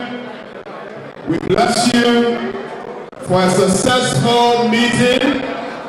Bless your servant as he goes to be refreshed. Grant him traveling mercies by air and by land. Thank you for our worship tomorrow. Bless Liberia. Bless the United States of America. Long live the sweet land of liberty. To you be all the glory. To you be all the honor.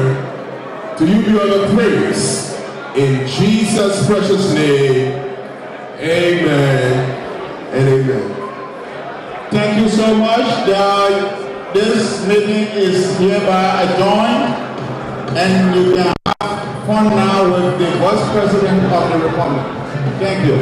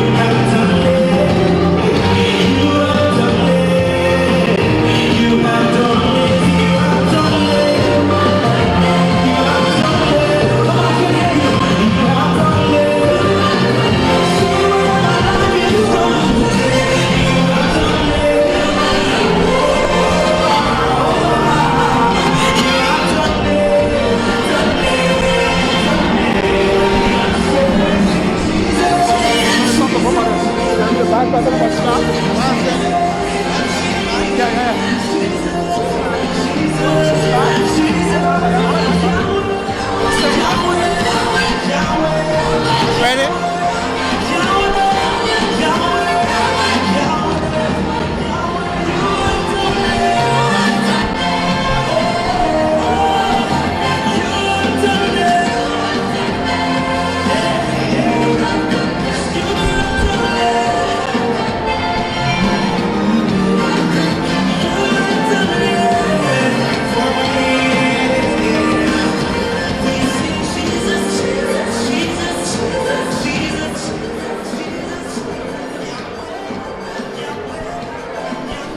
Good evening. We're here at the Victory Harvest International Church, and right now the Vice President of the Republic of Liberia, Jeremiah Koung, just had a town hall where he made a State of the Union statement. I wouldn't call it an address, but a statement, and also took questions from Liberians across the hall here and on social media.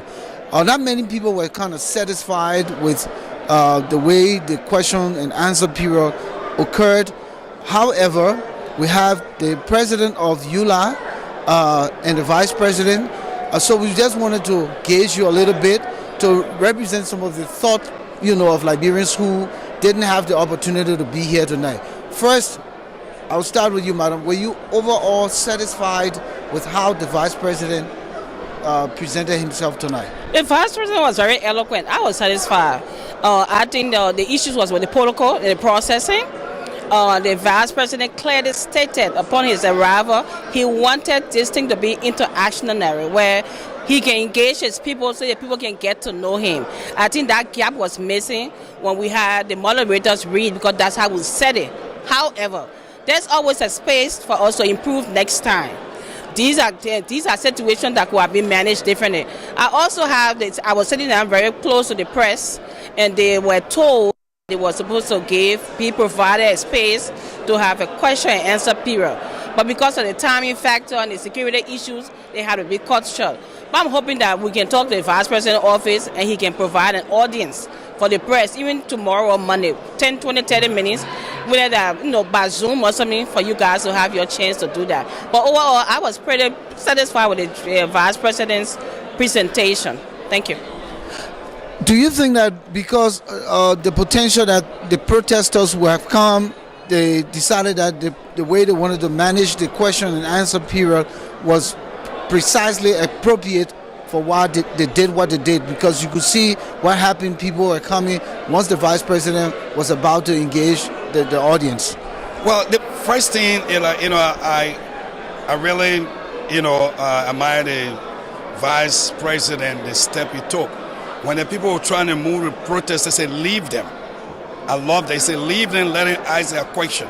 Don't stop them, let them ask their question. That's a democracy right there. That's what we're looking for. We don't want leaders who will tell people they want to ask you a question and push the people aside. And that's the same thing we're saying here. The truth matters most, no matter what. And that's what the vice president did tonight, and we appreciate it. I know that from the way your presentation went, it sounds like you really had some burning issues to expound on, but unfortunately the time factor was an area. What were some of the other things you wanted to talk about that you didn't have the opportunity now? You can go live here on LRTN to let the world know some of those things that you really, really wanted to project, but the opportunity with regards to time was not favorable to you. Well, one of the most important things we're looking at is the security of the country. Most especially when we found out that the historical building, which happened to be the House of Representatives, got burned. We don't know who did it. So that was mainly most of our concern. And second of all, people that we look up to make the law, and they have an issue in the House, it got our concern. Some of those things we want to bring out tonight, not that whatever we say we're against the government, but it's just that we just want security. We want our country to be secure, whatever be the case, so it will make other people to be brave to go back home. Those are some of the things we left out, we didn't say, but hopefully in time come, we will surely do that. So, madam, he was very stern on the deportation process that is pending or in the air, and there's a high crescendo that this is happening. What is ULAA going to do with regards to its position here in America, to work with the Trump administration to see what what they can mitigate with regards to the circumstance to delay the process or maybe just squash it. Correct. So in America, we have the DED, that is an executive order, and we have the TPS, that is congressional. One thing ULAA has started doing is we have our immigration committee. They are researching other ways around it. We are also engaging different senators and different representatives in the states so that we can collaborate to come up with something. DDD can only be, renewed by Trump, President Trump. Let me say it properly. President Donald Trump is the one who has the authority to increase to extend our DDD. TPS can be done by the House of Representatives, House of Senate. So those are navigational tools that we kind of following up. However, in addition to all of that, we also need to educate our people. We need to let them know their rights. We let them know, because your DD expired does not mean you're not documented. So we are also collaborating with different immigration agencies to provide education to our people so we can know our rights. I thank you. Thank you. Thank you, Mr. President and Madam Vice President. Thank you. And those are the leaders of the Union of Liberian Associations here in the United States of America, ULAA, one of the collaborating partners with the LAP that made this possible. I have the Reverend Dr. Singbe here with me. Reverend Dr. Singbe is the founder and current pastor of the Victory Harvest International Fellowship Church, the fellowship here that always assemble Liberians, whether in politics, whether in Christianity, whether in death, festivity, whatever it is. He's always opened his doors. What was your impression today with the Vice President's presentation? What I saw, I just thank God. Liberians are concerned about their country, and they turn out to see Liberians coming together to ask questions concerning the upliftment of our country. It was very impressive. Do you think that the protocol and the way the questions were kind of like write your question, go in the basket and pick it, was that more interactive? Because a lot of people have burning questions. Even the media was sidelined. We didn't have the opportunity. And I thought, and I take serious exception to that the media should have been given at least 2 or 3 questions to ask from where we were.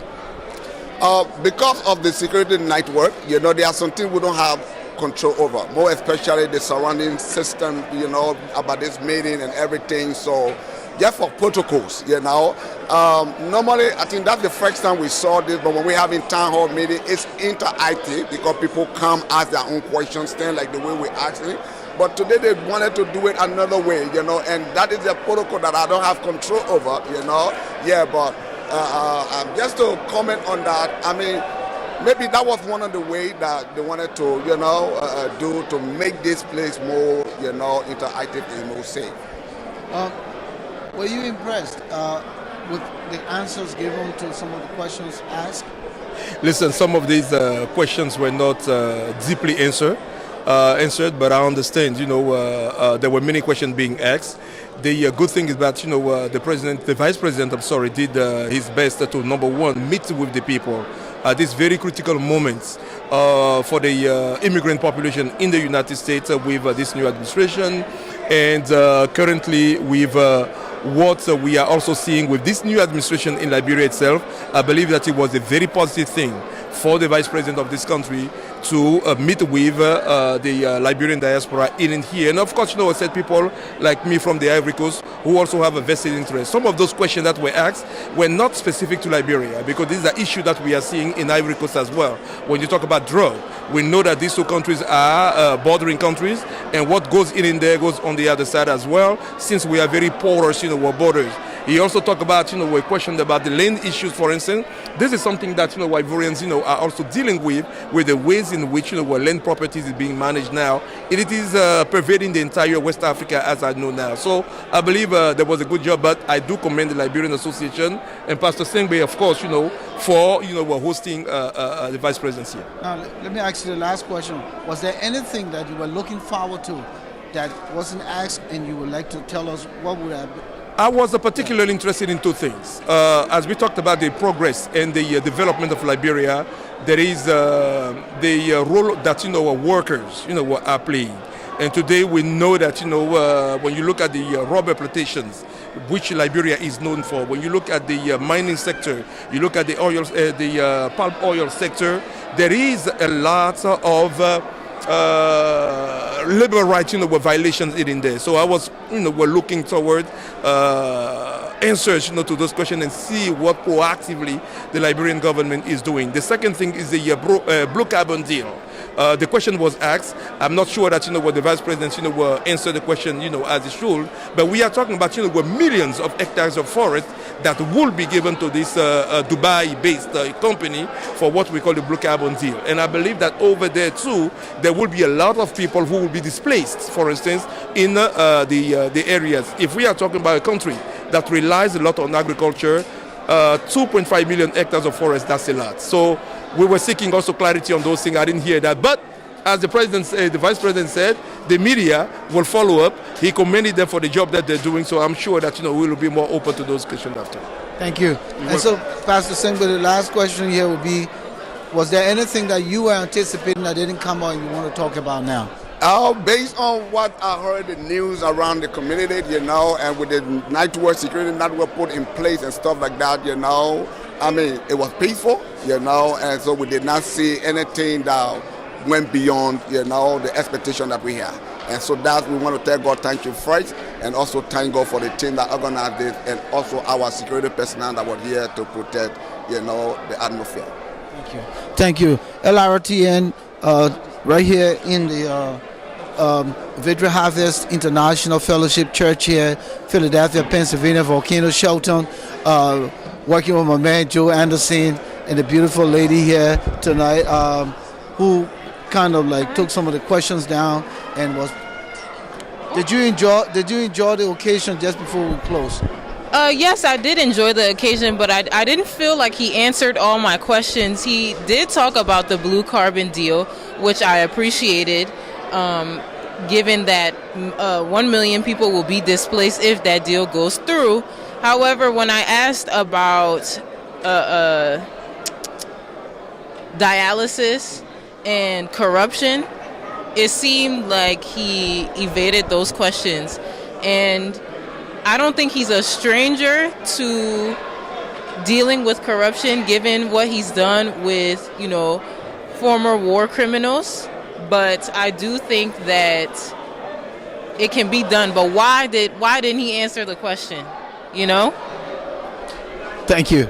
All right, so at this time, we'd like to take leave of you, all of you in social media land. Thank you so much for joining us here. Again, the Vice President, Republic of Liberia, Jeremiah Koung, has just had a town hall. It was kind of electrified.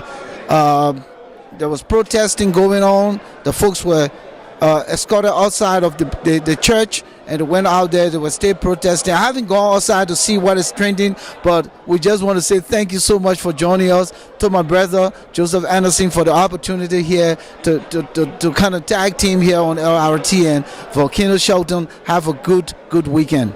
Thank you.